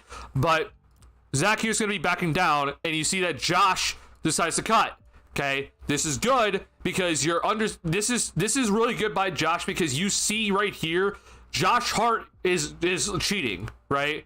So the way that the Knicks were planning on defending this posted by Zach is like, all right, we're not gonna let you to go baseline because we're gonna bring a second defender over, and we're not gonna let you get the corner guy open, so that we're gonna sink Precious Achiuwa down here so that P. Will's not open, right? So Josh Hart right now is playing free safety. And what Giddey does is that Giddey moves like this, and so now suddenly the defense has had to collapse in, right? Giddey brought in Shamet, and now Hart has to make sure that Giddey is going to wide up and layup. So now Hart can't just be like, oh, I'm just going to cheat over on Zach. Well, now suddenly Hart's like, oh, wait, Giddey cut. As all this happened, though, you see that P. Will moved up a little bit, Phillips moved up a little bit, Vooch moved away from Zach to give Zach more room to operate, right? And now Zach has campaign on him, by the way, which is a mismatch, and he has so much more room to operate just because of this little thing, right? And because he has all the room to operate, Josh Hart can come and double team him. This fadeaway obviously is nailed, and he gets the foul as well. Like, these little things matter, okay? And I want to just give my big applause to Josh Giddey, because he has done a really good job of adjusting so far to this off-ball role, where he's not always going to have the ball in his hands and, you know, run actions through him and run the offense through him. He's going to have to find ways to be effective off ball. And his timing right now, from what I've been seeing recently, has been really solid of understanding when to cut, you know, if there is a pick and roll action, when to exactly cut to the basket, when to take the timing to really try to get an offensive rebound, right? And take your chance on getting past like your defender and like try to get the offensive rebound. Like these little things do matter. And I really do like appreciate this sort of stuff when it comes to the Bulls. So kind of just an overall breakdown, just some stuff like, you know, in general offense, and then like some specific plays. But these little like on the fly adjustments is kind of what I was really watching this game, and like just stuff that kind of like popped out in my head, popped in my eye. I'm like, hey, that was good by the Bulls. Like, that's not a play, that's not anything that the Bulls have set in stone. That's just an in-game adjustment that they figured out, and that's good to see. So I applaud the coaching staff for kind of building these habits into these guys, and hopefully it continues throughout you know, the next decade or so for the Bulls with this kind of, you know, young some of these young guys that they have. Have you considered cutting some of your film breakdowns into clips/shorts? I've already done that. Yeah, I haven't done it this year just because I've like really focused on streaming this year. I haven't really done a video like since the off season, honestly, which I know I need to do a video soon. But I enjoy streaming a lot more than doing the videos. I don't know why. Or I guess I kind of do know why. But I have done that already before. If you're wondering, actually, here's some of my content that I have done. Now, I think we all know about Julian Phillips and his defense. I mean, if you just go and look on YouTube about Julian Phillips, you'll just find defense. And I think that his defense is very, very solid, and some people even had him as like the best defender in the draft. But I really wanted to show first his screen navigation, because I think this is something that's incredibly important in today's game.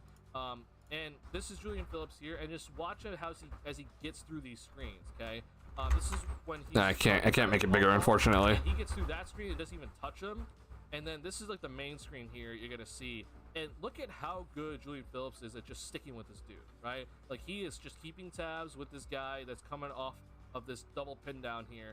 And there is no space for this defender whatsoever, even after this little double pin down set here. Julian Phillips is next to him as he comes off of this.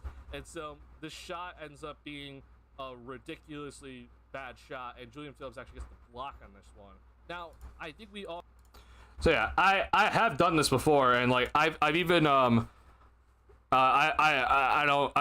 don't share my TikTok, because like I'm rarely ever on, like I don't even use TikTok in general, but I have done a TikTok where this is when the Bulls, I think it was like second year with DeRozan, where the Bulls were playing the Brooklyn Nets, and like they had a specific defensive, like this is when KD was on the Nets, so they had a specific defensive set where if KD decided to post up, then you would see how guys would rotate, and I showed specifically, like, hey, this in this specific play, you see that one guy decide not to commit to the defensive rotation, or not commit to the double team and then rotate, right? And so this is, if one guy doesn't commit, this is how your defense falls apart. But then I showed you what it's supposed to look like after that. So like I have done it before. So yeah, I've done these like film breakdowns and kind of like showing like specific ideas and stuff for shorts. It just, I haven't done it in a while. So yeah, I need to get back into it. The amount of time I have is just less right now, unfortunately. I make sure that I have my time for Bulls games and, you know, post game streams, but in terms of like other content, I just don't have as much time at the moment. That might change soon, but at this current moment in time, I just don't have much time. Yeah, content creation takes a lot of work. So, you know, the people like what Bulls Central Pod does, like what other beat writers do that just cover the NBA in general and make all these shorts, like I don't know how they do it so fast and like so efficiently, but also just have like the mental capacity and energy to do it, because it's like you're basically they have their own usual stuff that they do, and then they like go and make a short after. It's insane to me. But yeah, this is a short from I basically edited one of my, this is from the Julian Phillips breakdown video I made on my YouTube channel when Phillips was just drafted, and then I edited the video itself, you know, changed the format, and decided to post this short, and this is my best short easily. It says like 400 views on it. I promise you in the offseason, like whenever the Bulls do make some sort of moves, I promise you to make some more of these shorts. But just right now, in terms of just my time, I just don't have a lot. My other one that I think kind of did pretty well was, it was Tory, or actually this is my most viewed one, but this is my Javon Carter breakdown, which is not, this has not aged well. I was a big advocate for Javon Carter. I forgot this was offensive. I thought this was the 3-point shot breakdown from Javon Carter, but I was a big advocate for Javon Carter, and that has not turned into anything good. I don't know how many of you guys were here for that, but I was so big on Javon Carter coming to the Bulls. I was so happy when the Bulls signed him, and that has turned into absolute dog. Like, I was so wrong about that one. And it's funny because my mod Box, he's been in here every now and then, but he was like, "Are you sure, bro? Like, I don't think this is that good of a signing." I'm like, "Really? Like, I think this is really good." And Box was right. Like, Box absolutely nailed it right in the head that like this was not that good of a signing. But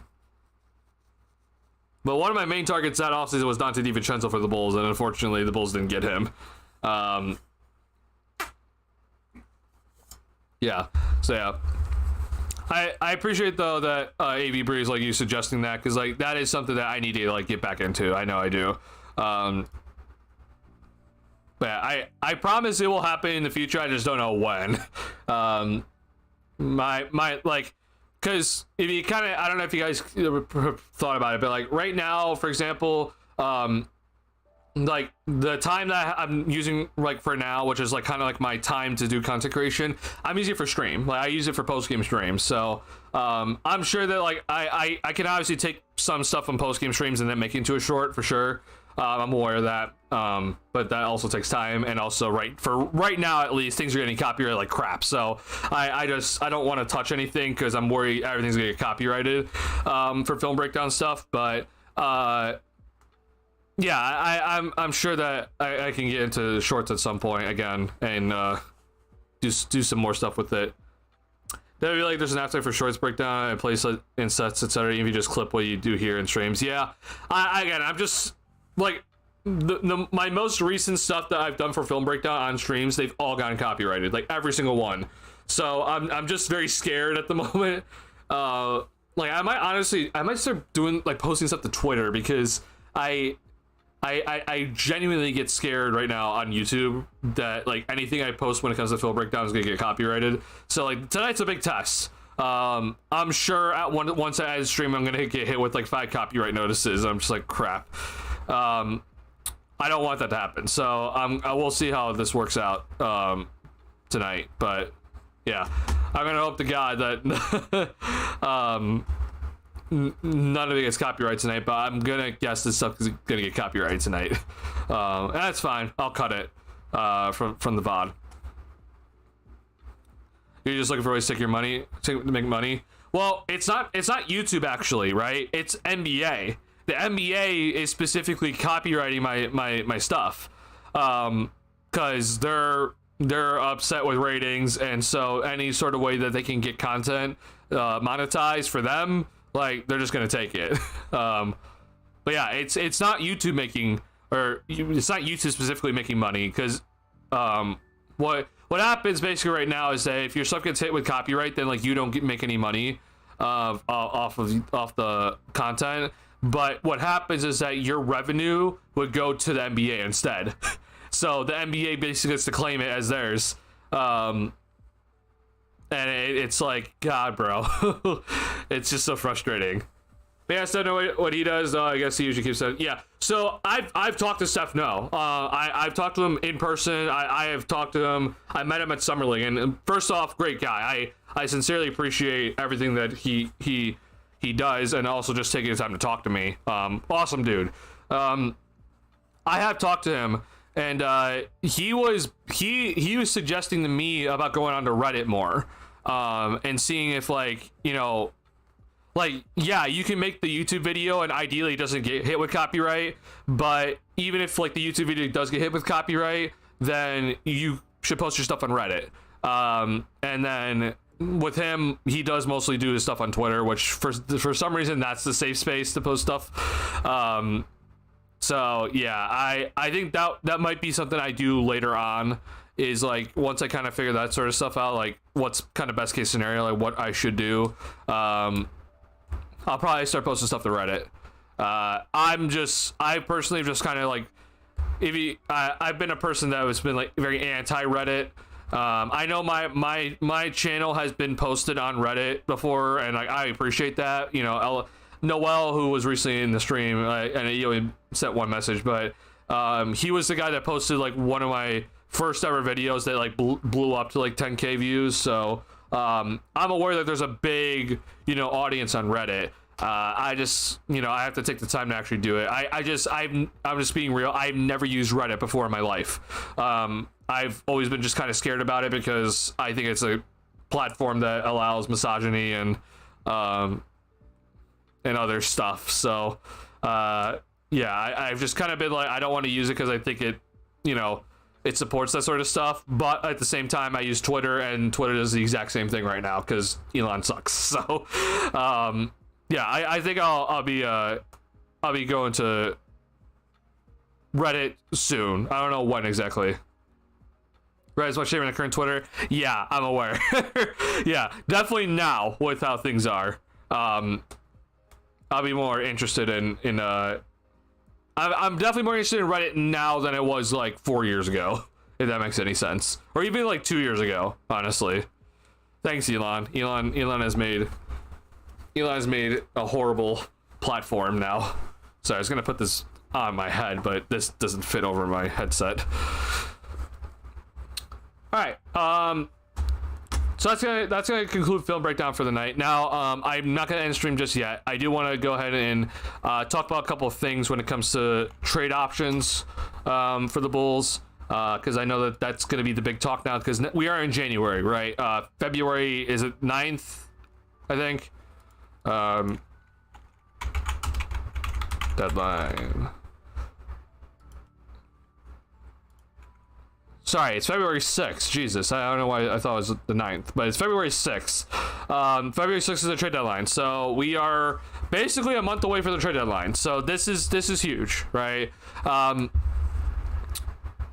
want to go ahead and talk about one thing first, because I do need to address this in the room, and then we'll head into some other stuff that I think is fun overall when it comes to the Bulls. So first things first is this. I just want to point this out because I did talk about this in the last stream, and I do need to correct myself on something, okay? So the last stream I talked about how excuse me, how I wouldn't be opposed to the Bulls going after Zion, because first and foremost it's just because I don't think that Karnisovas is gonna ever like embrace, you know, rebuilding. I don't think he ever wants to do it for whatever reason, and it's probably because Jerry Reinsdorf telling him like, hey, we're not gonna rebuild, we just got out of a rebuild before when we got you. So I think that for the realistic chance the Bulls actually go through a rebuild is pretty slim overall. And so if I was saying, if that's the case, like, hey, then I wouldn't be opposed to going after Zion and like seeing if we can potentially make it work with him and Zach for like the next 3 years, and just pray to God that Zion has a healthy season. But the reason why I was like so adamant on like saying like, hey, I'm willing to take this risk is because I thought Zion's contract, with the way that his contract is like, you know, structured with all the rules, I thought that if, let's say, for example, Zion didn't play another game for the rest of this season, then I thought his contract for next season would be $7.8 million. Therefore, that his cap hit would be so significantly small that it's like, hey, yeah, like you should definitely take that risk then, because why wouldn't you? Like, then you would have more money to kind of work with. If Zion's on such a cheap contract, then like you'd be able to round out your team and figure it out from there. Because I thought with the way it worked out, like Zion, his contract per season is like the amount of money he's going to receive is basically, it depends on how many games he plays in the previous year. So if he hits the weigh in, which he needs to hit, like he'll get a certain amount, and then he has to like hit like 21, 41, 61 games. And so basically like his salary, if you even look on Spotrac this year, like the amount of salary that's been guaranteed for this year is only 18 million right now for Zion, because he hit the weigh-in and then he only played a certain amount of games last year, so therefore the guaranteed amount this year is very small. However, I was incorrect in what I thought. I thought that would actually lower Zion's salary to like being like $7.8 million next season, and so his cap hit would be $7.8 million. While he would, if let's say for example Zion doesn't play another game for the rest of this year, the amount of money that is guaranteed for him would be $7.8 million next season. However, his cap hit remains the same, okay? Which means that you see this number here of 39.4 million. That is his cap hit no matter what. So no, even if Zion only hits the weigh-in, right? And his guaranteed money is only gonna be 7.8 million. His cap hit does not change. So I was wrong about that. I just want to point that out first and foremost. And I just want to apologize about that. I want to make that clear because I was incorrect the last stream. And I hate spreading false news and or false info. So I do want to apologize about that. That was I misunderstood what the article said. And I'm upset overall that I misunderstood it, but this is basically I just want to point it out. So basically though, the reason why his contract is structured this way is because the Pelicans are so worried about his injuries that, like, let's say for example Zion had like a career-ending injury or whatever, they would basically just be able to waive the rest of his contract, because his contract, like the amount that's guaranteed for each season, it varies on the previous season. So like, let's say for example, Zion suddenly like he blows his Achilles and is never able to play again, then what the Pelicans would be able to do is, because the rest of his contract is non-guaranteed, they would just be able to waive his contract and his money's off the books forever. Okay, that's the only way that his contract, like the only way you would get salary cap relief from his contract is if you waive him. And so for the Bulls, when it comes to the Bulls now, I was like very like, hey, I would do this because he'd be getting paid very little and like you'd have more money to work with, and it'd be great. Now that obviously wasn't correct, right? His cap hit would still be $39 million. So what I said was incorrect, but now that we got that cleared up, would it be worth it for the Bulls to go after Zion? Again, I'm assuming that this is, I'm under the assumption that this is not just a LaVine for Zion swap. To me, the LaVine for Zion swap doesn't make sense, because for both teams, honestly, again, if you're the Pelicans, why would you want Zach's contract? You're trying to get rid of Zion's contract because you're worried about the money, but if you go and get Zach's contract, it doesn't help you. So that doesn't make much sense to me. And if you're the Bulls, I think if you get Zion, like, you're trying to win now. You're not trying to rebuild with Zion. I think Zion's prime years are basically like now and like the next three years. You don't have time to rebuild. So, I said like, hey, is it like Patrick Williams and Lonzo, or is it Kobe and Lonzo? I'm not sure what it would be, but that would be the trade for Zion pretty much. And like, obviously there's more in it, but like those would be the players. I guess I'm still like kind of open to it overall, just to get maybe like, see if Zion can have a healthy year and you keep Zach and try to figure it out. You wouldn't be able to do anything this year because Zion seems to be injured for probably the rest of this year, and who knows how long he'll be out. But just, the way that the Bulls kind of have some salaries coming off the books for next year, and the salary cap's going to increase significantly, like maybe you can find some trades you can figure out and use your mid-level exception fully to sign a pretty decent player. You always have to make a decision on Josh Giddey, but like ideally you'd be able to trade Javon Carter if he's not traded already.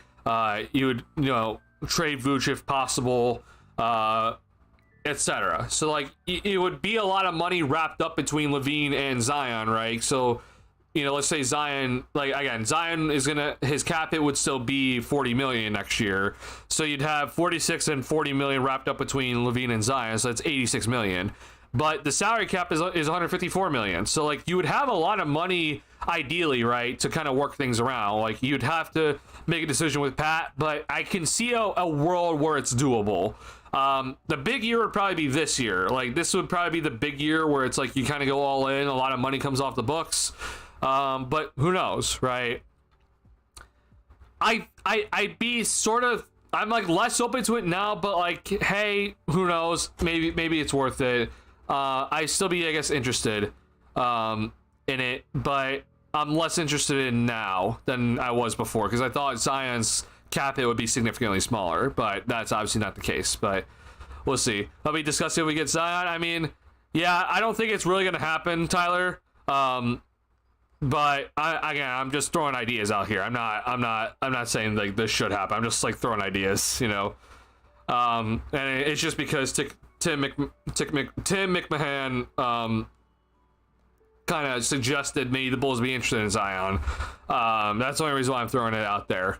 So yeah, just doesn't make much sense.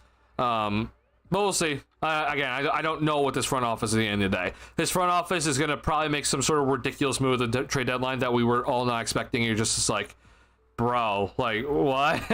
Again, this front office doesn't make trades when they need to, and then they make trades when you don't expect it. So yeah, again, I don't trust this front office. If they trade LaVine for Zion, I'll be pretty pissed. That will make me pretty upset because it makes no damn sense for either team, and I think you can get better options for Zach. But again, it's like if you're gonna trade for Zion, you're trying to win now. You're not gonna rebuild with Zion. So yeah, I don't know. It's just overall just kind of like just thoughts. Again, just another thought. I'm not here to say this is gonna happen or like should happen. I'm just pointing this out here just because I just don't trust this front office with anything. If the Bulls trade for Jimmy Butler, if they trade LaVine for Jimmy Butler, that is stupid in itself. But there's this other option that I'm just honestly scared about that could happen, and this is just what I'm more worried about, because like it kind of makes sense like in the head, and that's the part that kind of scares me. But it's like this would be the trade for Jimmy Butler, pretty much. Let's see. It's interesting. So the Bulls don't. Spotrac doesn't have the Bulls Portland pick in here for whatever reason. I don't know why they don't have it in here, but I would just kind of say this would be sent out, and then, or sorry, the Portland pick would be sent out, and then like this pick would be sent out, like, I don't know, top 3 protector or whatever. If you're wondering if the money works, okay, Lonzo Ball, Kobe White, Chris Duarte for Jimmy Butler, the money works. You can see here that unless Jimmy has some sort of trade kicker that's gonna like kill this deal, the money works. Yeah. So if you're wondering like why would this even be an option, the only reason why I'm saying that this is an option is just because Miami, what they're looking for in a Jimmy Butler trade is they're looking for salary cap relief. So the main thing is that they're getting salary cap relief in this trade, right? So I mean, Lonzo's coming off the books, Chris Duarte's coming off the books, right? And they also get a first round pick out of it for Jimmy, who is, you know, on second last year of his deal, player option the following year. So you would get a first round pick out of it, and then you get Kobe White. So like,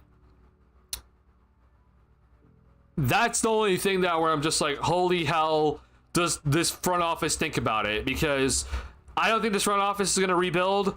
They see a 35-year-old Jimmy Butler is available on the market, and they're like, hey, if he thinks he can still play at a high level, then sure, here's some expiring contracts and a first round pick. We got Jimmy Butler on a team. I don't think it's going to work out. If they make that trade, I don't think it would work out, because while I understand like theoretically like the Jimmy LaVine combo would work, the rest of the team, like, you'd have no money for the rest of the team, and you have no assets for the rest of the team. The rest of the team isn't good enough to be a good team, and then I don't think you have assets to work around another deal. So it just also would kill the team identity. Like this whole pace and space, playing transition ball, it would just go away. And I don't know if I want to see that necessarily. I kind of like watching that. Do I think Butler still has some years left in him? I do. I just don't know if he could be a number 1 option, honestly. So that's kind of just like, I just don't like this idea either. But I'm just pointing it out there. Like, if for whatever reason this does happen, I showed it to you first, because this front office is weird, and I wouldn't put it past them. Like, I'm being dead serious. The likelihood of this happening really low, but again, this front office is just weird. So if this does happen, I was here first telling you, hey, here's how it would work. Would a swap for Vooch and Kobe work? So I take Kobe out and I give Vooch instead. I think Miami would get too much money in that sort of scenario, but let me look. No, it does work. Okay. Yeah. So money-wise, this also does work. Now, if you're Miami, I would not accept this, obviously, because, you know, Kobe, you would want Kobe in the deal. But, yeah, this would work also. It would provide Miami less salary cap relief, but it would still provide them salary cap relief. We're just spacing, yeah, just like DeMar. Well, so just that trade itself would hurt the spacing, right?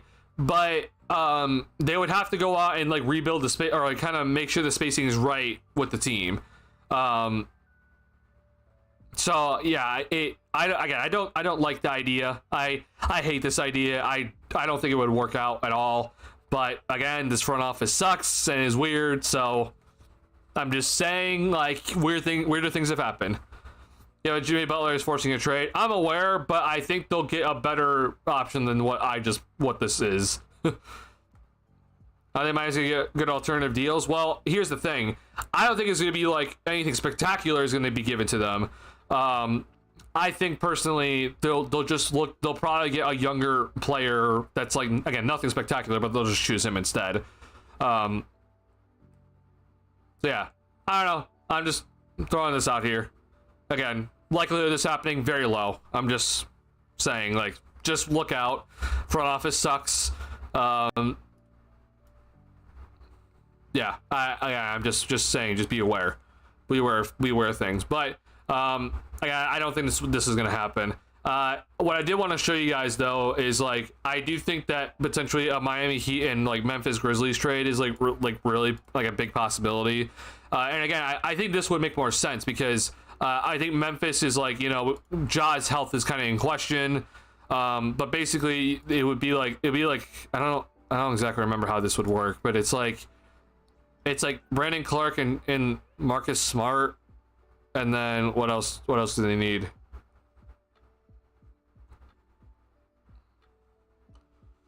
Would Luke Kennard do it? I don't know if Luke Kennard would actually do it. Okay, I guess this would do it, right? And then Miami would have to send over. I don't know. I actually don't know who this guy is, but sure, we'll send this guy over. And then it fails. Great, awesome. Okay, so maybe this actually does not work out. I thought money wise this would work out better, but I guess it would have to be a 3-team trade, huh?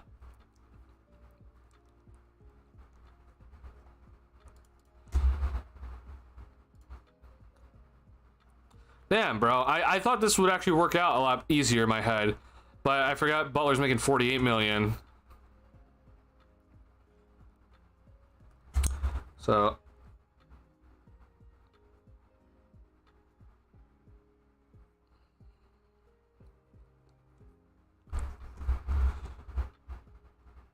hold on, I just want to double check something.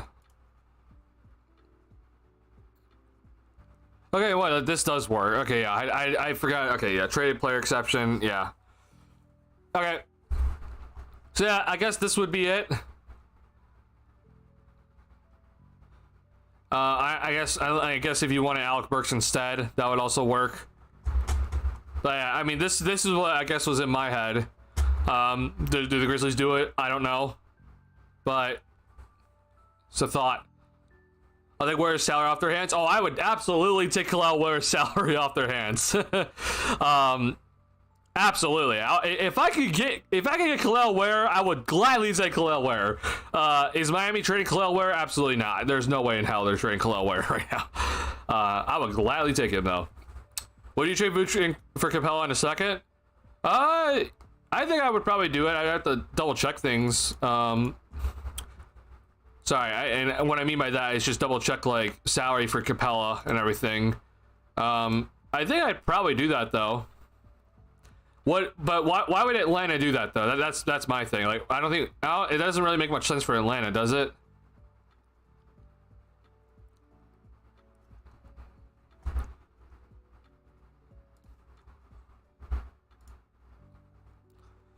So I mean, okay. So here's the proposed trade by Britt. By the way, thank you for checking in on stream, Britt. I do appreciate the support. So this would be the trade. These are the players involved, and then we'll send this Sacramento pick over.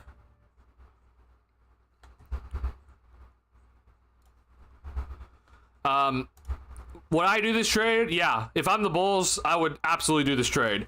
Capella gets off the books a year, this after this year, so you would get salary cap relief off of this, and you get a second round pick out of it. And then ideally, right, when you trade for Capella, then you'd ideally be able to trade him before the trade deadline, right? But I don't know why Atlanta would do this personally. This doesn't make much sense for Atlanta. I think for Atlanta, because you have Trae Young, you need that like rim rolling center to catch lobs and play defense. So you realize Capella's a free agent, doesn't make much sense for them to do it. Yeah, well, that's one reason why it doesn't make much sense, but also just fit wise, like I don't think Vooch fits their team. Just thought of it in case they want Trae and Jalen try and win now. Well, I think honestly, Capella is like a nice win now center for them. I'm being dead serious. Like, is there better options? Sure, but it would just be a downgrade in my opinion for Vooch. Like if they went and got Vooch, I think for Atlanta they would much rather just keep Capella and his rim rolling ability and his defense and rebounding compared to going and get Vooch's lack of defense but pick up a shooting. Trae Young is just much better off the lobs. Like what Trae Young has done is like he's basically mastered the ability to like when he is in that pick and roll set and he's like, oh, I'm showing the floater, like you don't know if he's going to shoot the floater or if he's going to pass it out to Capella. Like he's mastered it. That's what gets teams constantly right now. Is like if you watch Trae Young, like you sometimes you actually like when you're watching him, it's like, oh, floater, and it's like, oh, it's a pass. Or when you think, oh, this is gonna be an absolute lob to Clint Capella, and he'll just do a floater instead. Like that's how he's absolutely mastered it, and it's killing defenses right now. Would you be able to do that with Vooch? No. That's basically my point. Is like you're not able to do that with Vooch as your center. Vooch is not a high flying center. So I get the feeling this front office will not trade anyone for the deadline. I hope my intuition is off. Britt, I am feeling the exact same way. Yeah, I wouldn't be shocked if they just don't trade anybody, honestly. I think, honestly, for them, like, they're looking at, like, hey, we're still in the play-in.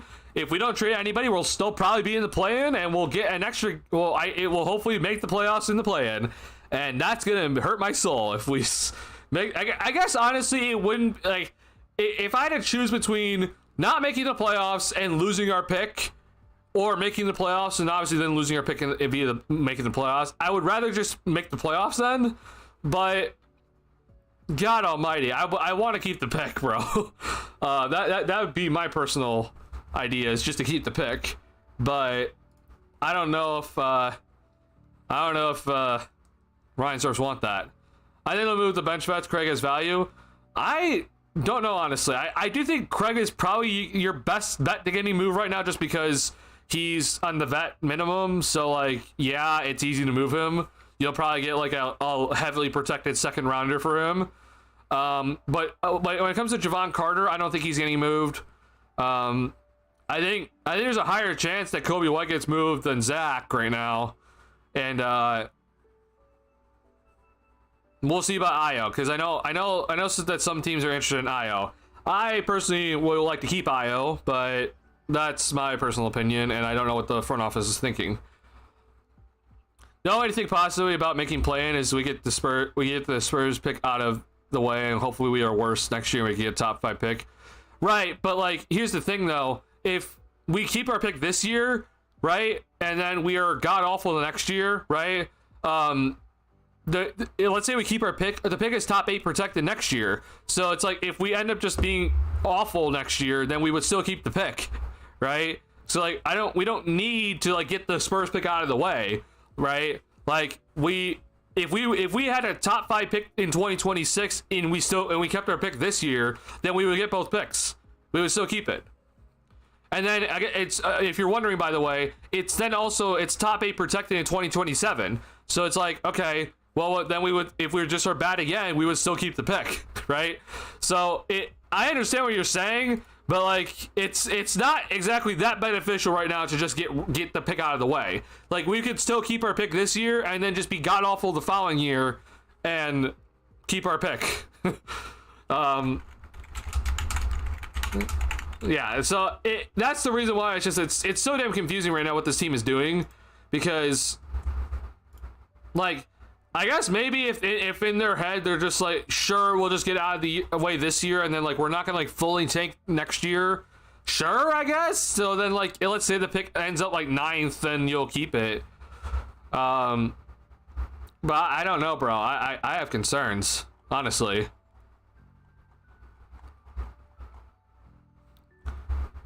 So yeah, if you're wondering, here's how it goes. So like again, it's top 10 protected this year. If it's not conveyed, then it's top 8 protected in 2026. If that doesn't convey, then it's top 8 protected in 2027 again. And then if that does not convey, then the San Antonio Spurs will get a 2028 second round pick from us.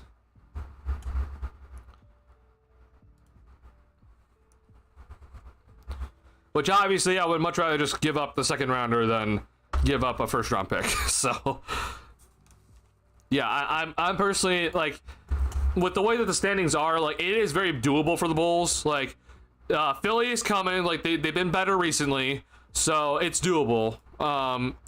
Philly needs to get over the Bulls, and then the Phoenix Suns and the Sacramento Kings need to stay above the Bulls, which honestly right now I think the Bulls, yeah, right now the Bulls are ahead of the Phoenix Suns, but that's not good. But Phoenix needs to get above the Bulls, okay? And then Sacramento also does as well. Like, they need to get above the Bulls because they're tied. And then the Bulls are kind of sitting pretty okay, if I'm not mistaken. Here, hold on. Let me just let me pull up ESPN for a second.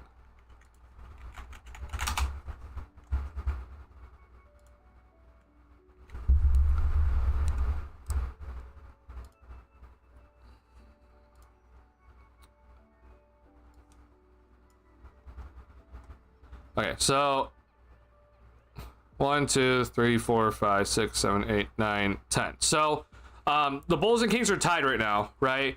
But so right now the Kings are at 10, right? So if the Kings can get above the Bulls, right, and then the Suns can also get above the Bulls, then the Bulls will be 9th, and then the 76ers can get above the Bulls, then the Bulls will be 8th, worst team, right? So then I think if you're 8th, like, it's not guaranteed that you're keeping the pick, but it's like there's a pretty solid chance you're keeping it then, because you're most likely you'll stay in the top 10. If 2 teams jump ahead of you, you'll stay in the top 10. If 3 teams somehow from behind you, which would be pretty miraculous if that happens, which means that out of the 6 teams behind you, that 3 of them jumped up into the top 4.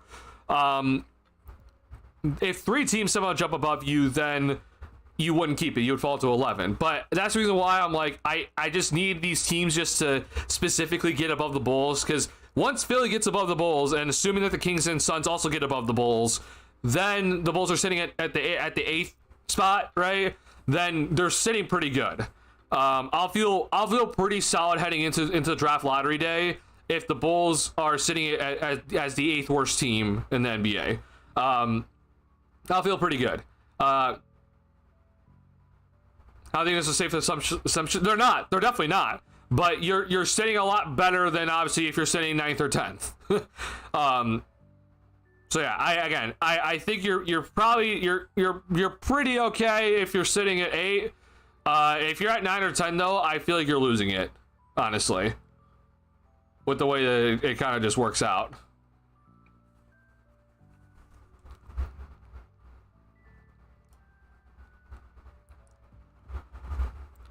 And there is then the chance the Bulls jump into the top 4, which obviously if they jump into the top 4,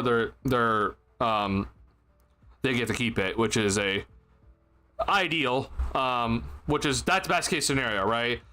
Bulls jump into the top 4 and ideally get a top 2 pick, and obviously they keep it if they're in top 2. So that'd be ideal. That'd be the ideal scenario, is that you somehow jump into the top 4. You don't have to worry about anything.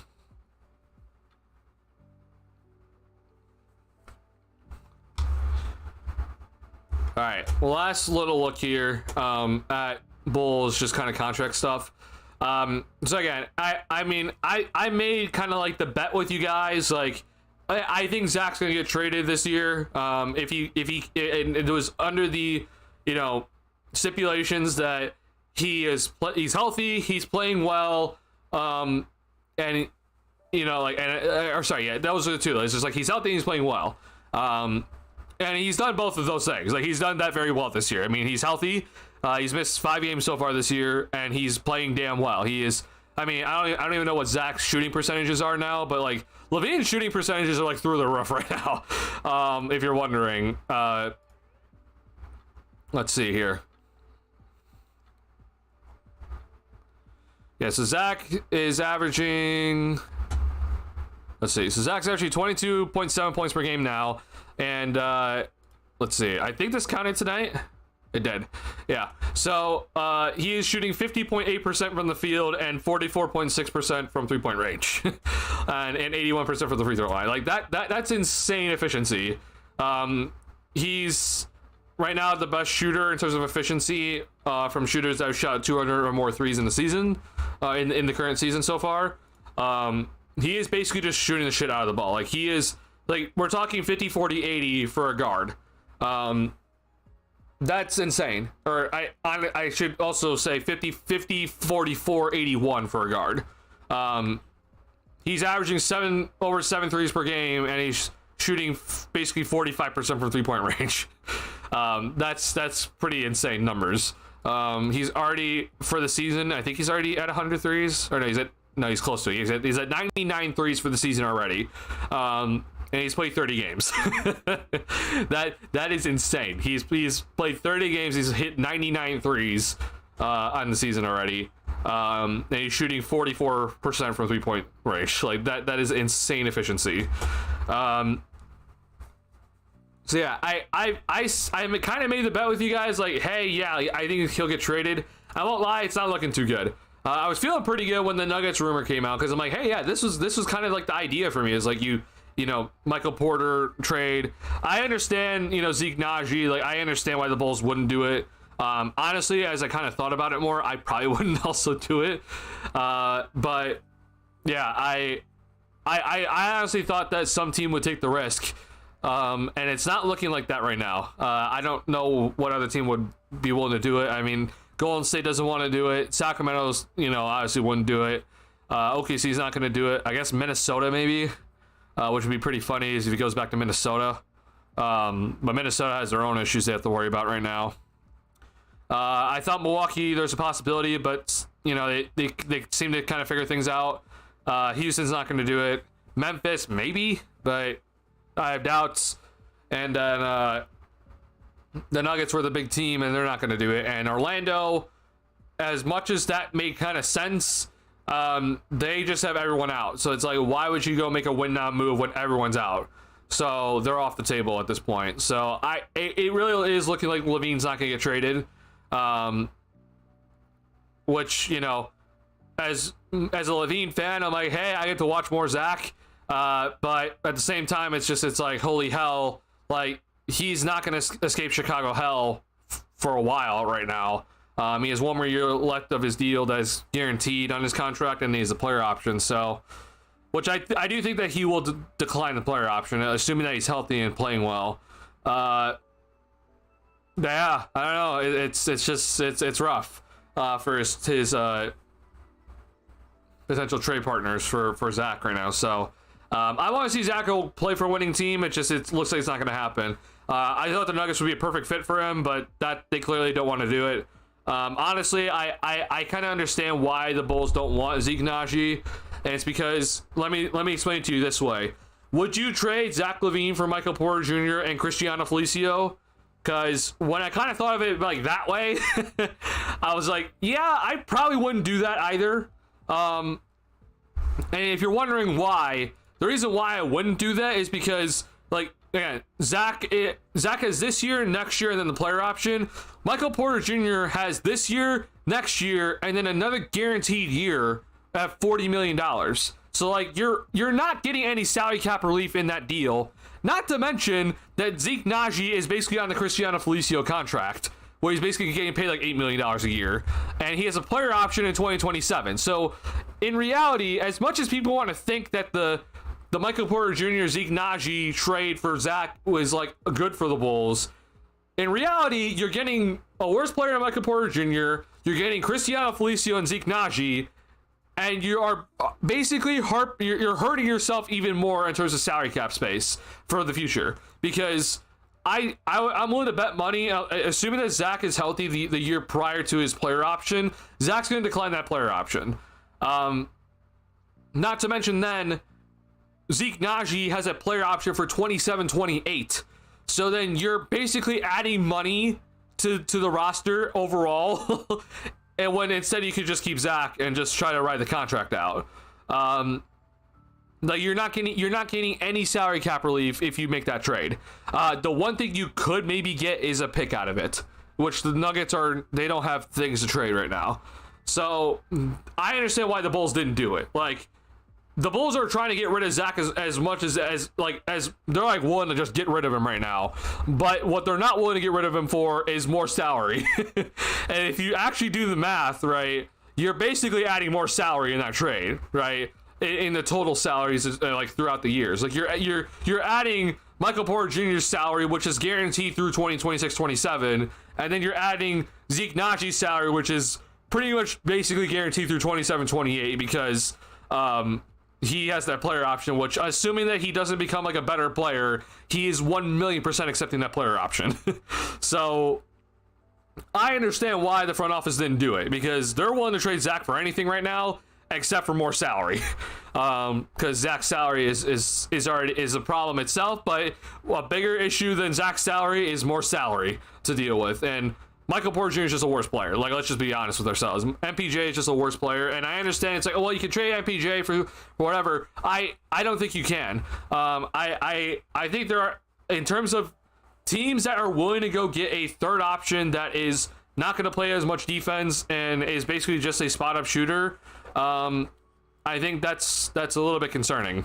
For a guy like MPJ, who is also getting paid, $40 million a year.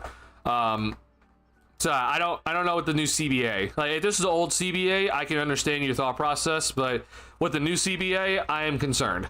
And MPJ, unfortunately, is just, he's not, like, people think he has superstar potential. I just, at this point in his career, I don't think it's possible. Early on, sure, not now though. So yeah, Nuggets are gonna have to sweeten the deal if they want Zach, which again, I think that's a perfect fit for Zach. I think him next to Jokic would absolutely dominate. Defensively, they'll have some issues, but they already kind of have some issues right now. So, I'd be all for it, honestly, if I'm a Denver fan. But I understand they're not gonna sweeten the deal because they just don't have anything really to trade. So it is what it is at this point. The Vooch options are also just slim. I understand people think the Warriors. I don't see it. We're getting conflicting reports. Casey Johnson says not really to the Warriors, and we got someone today. He's like, yeah, the Warriors are actually interested in actually giving a 2025 protected lottery pick to the Bulls for Vucevic. And I'm just like, that's not going to happen. But maybe I'm wrong. I will eat my words if I'm wrong. But this would be the trade, pretty much. It's going to involve Kevon Looney and Gary Payton II, and I forget who else. I don't know who exactly. Okay, sure, send me Lindy Waters, I guess. Honestly,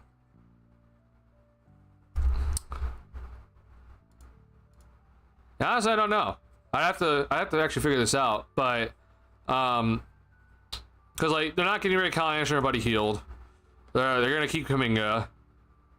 I doubt they give us Moses Moody for Vooch. And they're trading Pajimski, so sure, give me Lindy Waters, and then am I able to then send Torrey Craig as well? Like, that would kind of be like my thought process, is just like, okay, yeah, here's also Torrey Craig. It doesn't look like it's, let's see, TPE. Damn it, doesn't work either. Ha, fudge. Yeah, they're hard capped. It sucks. So yeah, I don't know, bro. I don't really see this happening. Money wise, it's hard.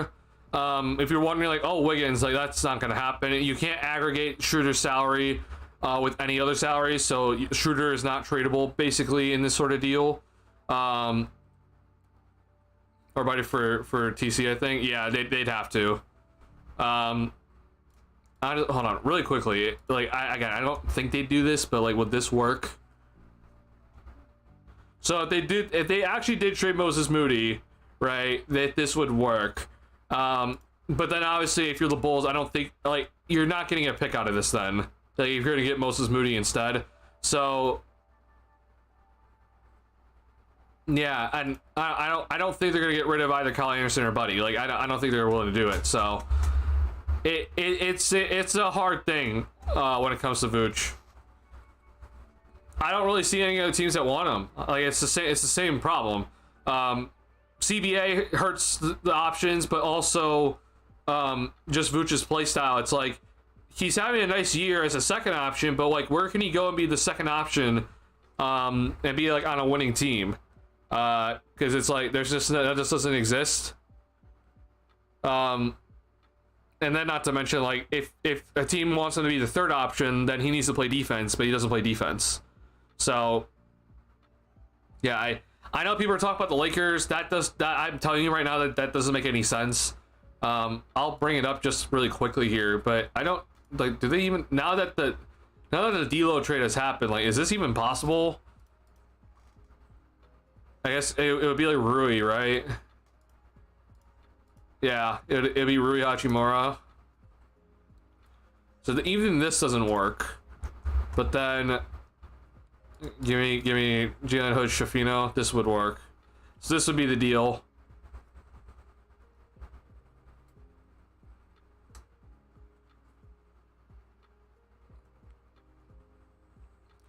So by the way, again, you can't aggregate Shake Milton or Dorian Finney-Smith, which they're both off the table at this point. I don't know what they feel about Jalen Hood Shafino, but this would be the deal.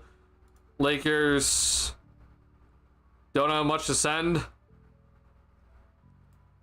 Yeah, I mean, this would be their earliest that they could probably give up, which would be, probably be like lottery protected anyway. So it's like, ugh. I don't think this is gonna happen either. Like, I don't think the Lakers would be willing to do this. It doesn't make much sense in my head. I understand it's like, oh, AD gets to play the 4 again, but then it's like you got to cover up for Vooch's lack of defense. So I don't know. I personally don't see it. Think Vooch would be good back to buy the AD. Just don't want any. I just don't want any of those teams are willing to give up. Yeah, sure. Well, the Warriors are harder, right? Like the Warriors, in my opinion, would be much harder because like they'd have to at least give up probably either Moses Moody or, like you said, Buddy Hield or Kyle Anderson, and they're not going to be able to do any of that, right? Unless they're going to give up a Jimsky, which they're not going to get to do. So, I don't personally see that happening. The Lakers, I guess mathematically, in terms of just trades, would make more sense because they'd just be Rui. But I just don't think this works either, bro. Like, and maybe I'm just wrong, but like, I don't see this working out. Yeah, I don't know. If I'm the Lakers, I'm like, I am not going to go and get a center that does not play defense. Like, sure, AD gets to play the 4 again, but like, I don't think that's enough to cover up for Vooch's lack of defense. Not to mention LeBron's older. And they also just got Dorian Finney-Smith. Like, hey, Dorian Finney-Smith is there to play the 4. Like, why would you go get Vooch to then, you know, I guess the lineup would be like, it'd be LeBron at 1, Reeves at 2, Finney-Smith at 3, AD at 4, and Vooch at 5. I don't know about that lineup, bro. But I guess that'd be the thought, right?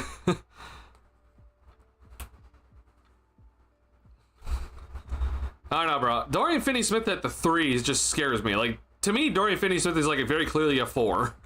Like, he's one of those guys that like, as much as I appreciate what he does, like, I don't understand that move at all. Isn't he playing off the bench? Is he actually? I thought he was playing. I thought he was starting, but maybe I'm wrong.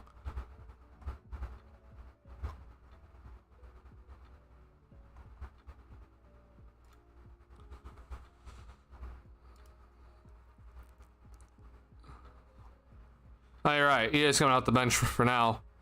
I think he's going to start eventually. I mean, like, if I had to choose between Max Christie and Dorian Finney-Smith starting, I'm choosing Dorian Finney-Smith. Probably the same thing with Rui. But, yeah. I mean, DFS is like, he's a nice player.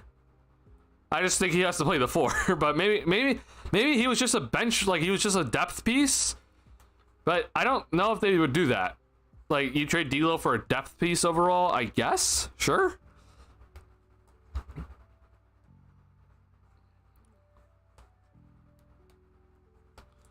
I don't know. I have doubts. So yeah, I'm with you guys where it's just like you don't think anyone's getting traded. Like, I'm with you in terms of like Vooch and Levine.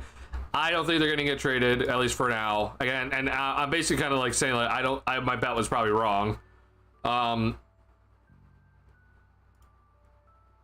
I mean, yeah, I think Torrey Craig is probably gonna get traded just because he's on the minimum. And then I think it comes down if they decide to trade Io or Kobe, which I want to keep Io.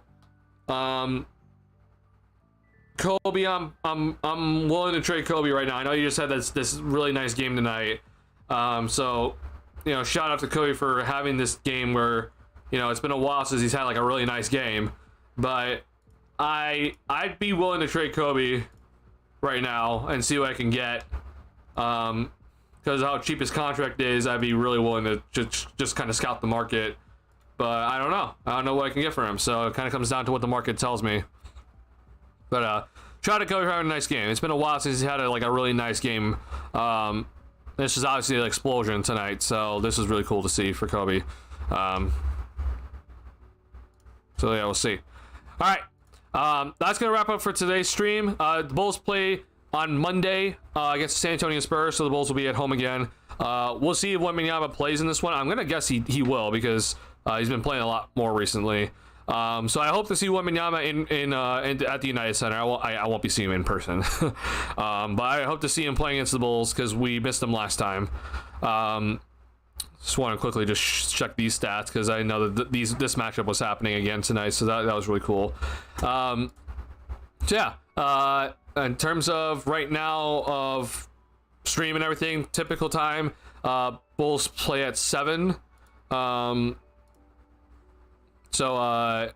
Yeah, 9:30 p.m. Central Time is when postgame stream will happen. No pregame stream. I know pregame stream happened today because it's Derrick Rose night. But yeah, postgame stream will happen at 7. Sorry, at 9:30 typical time for Bulls versus Spurs. After that, I just want to quickly check schedule because I don't know what our schedule is moving forward here. Okay, so San Antonio to Indy and then Washington again. Okay, so we're basically like back to back, or it's every other day for a while, and then we have a back to back on 14th and 15th, but at home at least. So some nice little stretch here at home games. So that'll be cool for the Bulls and see if they can kind of figure out their home woes, which they did tonight. So good job there. All right, y'all. If you have not already hit the like button on the stream, please do. It helps me out a ton. I do appreciate all the support this year. So thank you guys so much for making this fun. And everything. Once again, if you have not hit the like button, please do. It helps me out a ton. You have no idea. So thank you for that. Thank you for watching Film Breakdown tonight. Thank you if you're watching the VOD. I do sincerely appreciate it. Thank you for that. And once again, big shout out to D Rose. This is my Derrick Rose hat. Love this hat. Big shout out to Derrick Rose. It was a great night tonight. Awesome to see Derrick Rose be back in Chicago tonight and celebrated. And obviously next year he'll get his jersey retired as it should be. So very happy overall. Bulls got the win on Derrick Rose night, which was good to see. And we'll end it there. All right, y'all. Thank you guys so much. I appreciate it. Hope you all have a good night. I'll see y'all on Monday. Peace.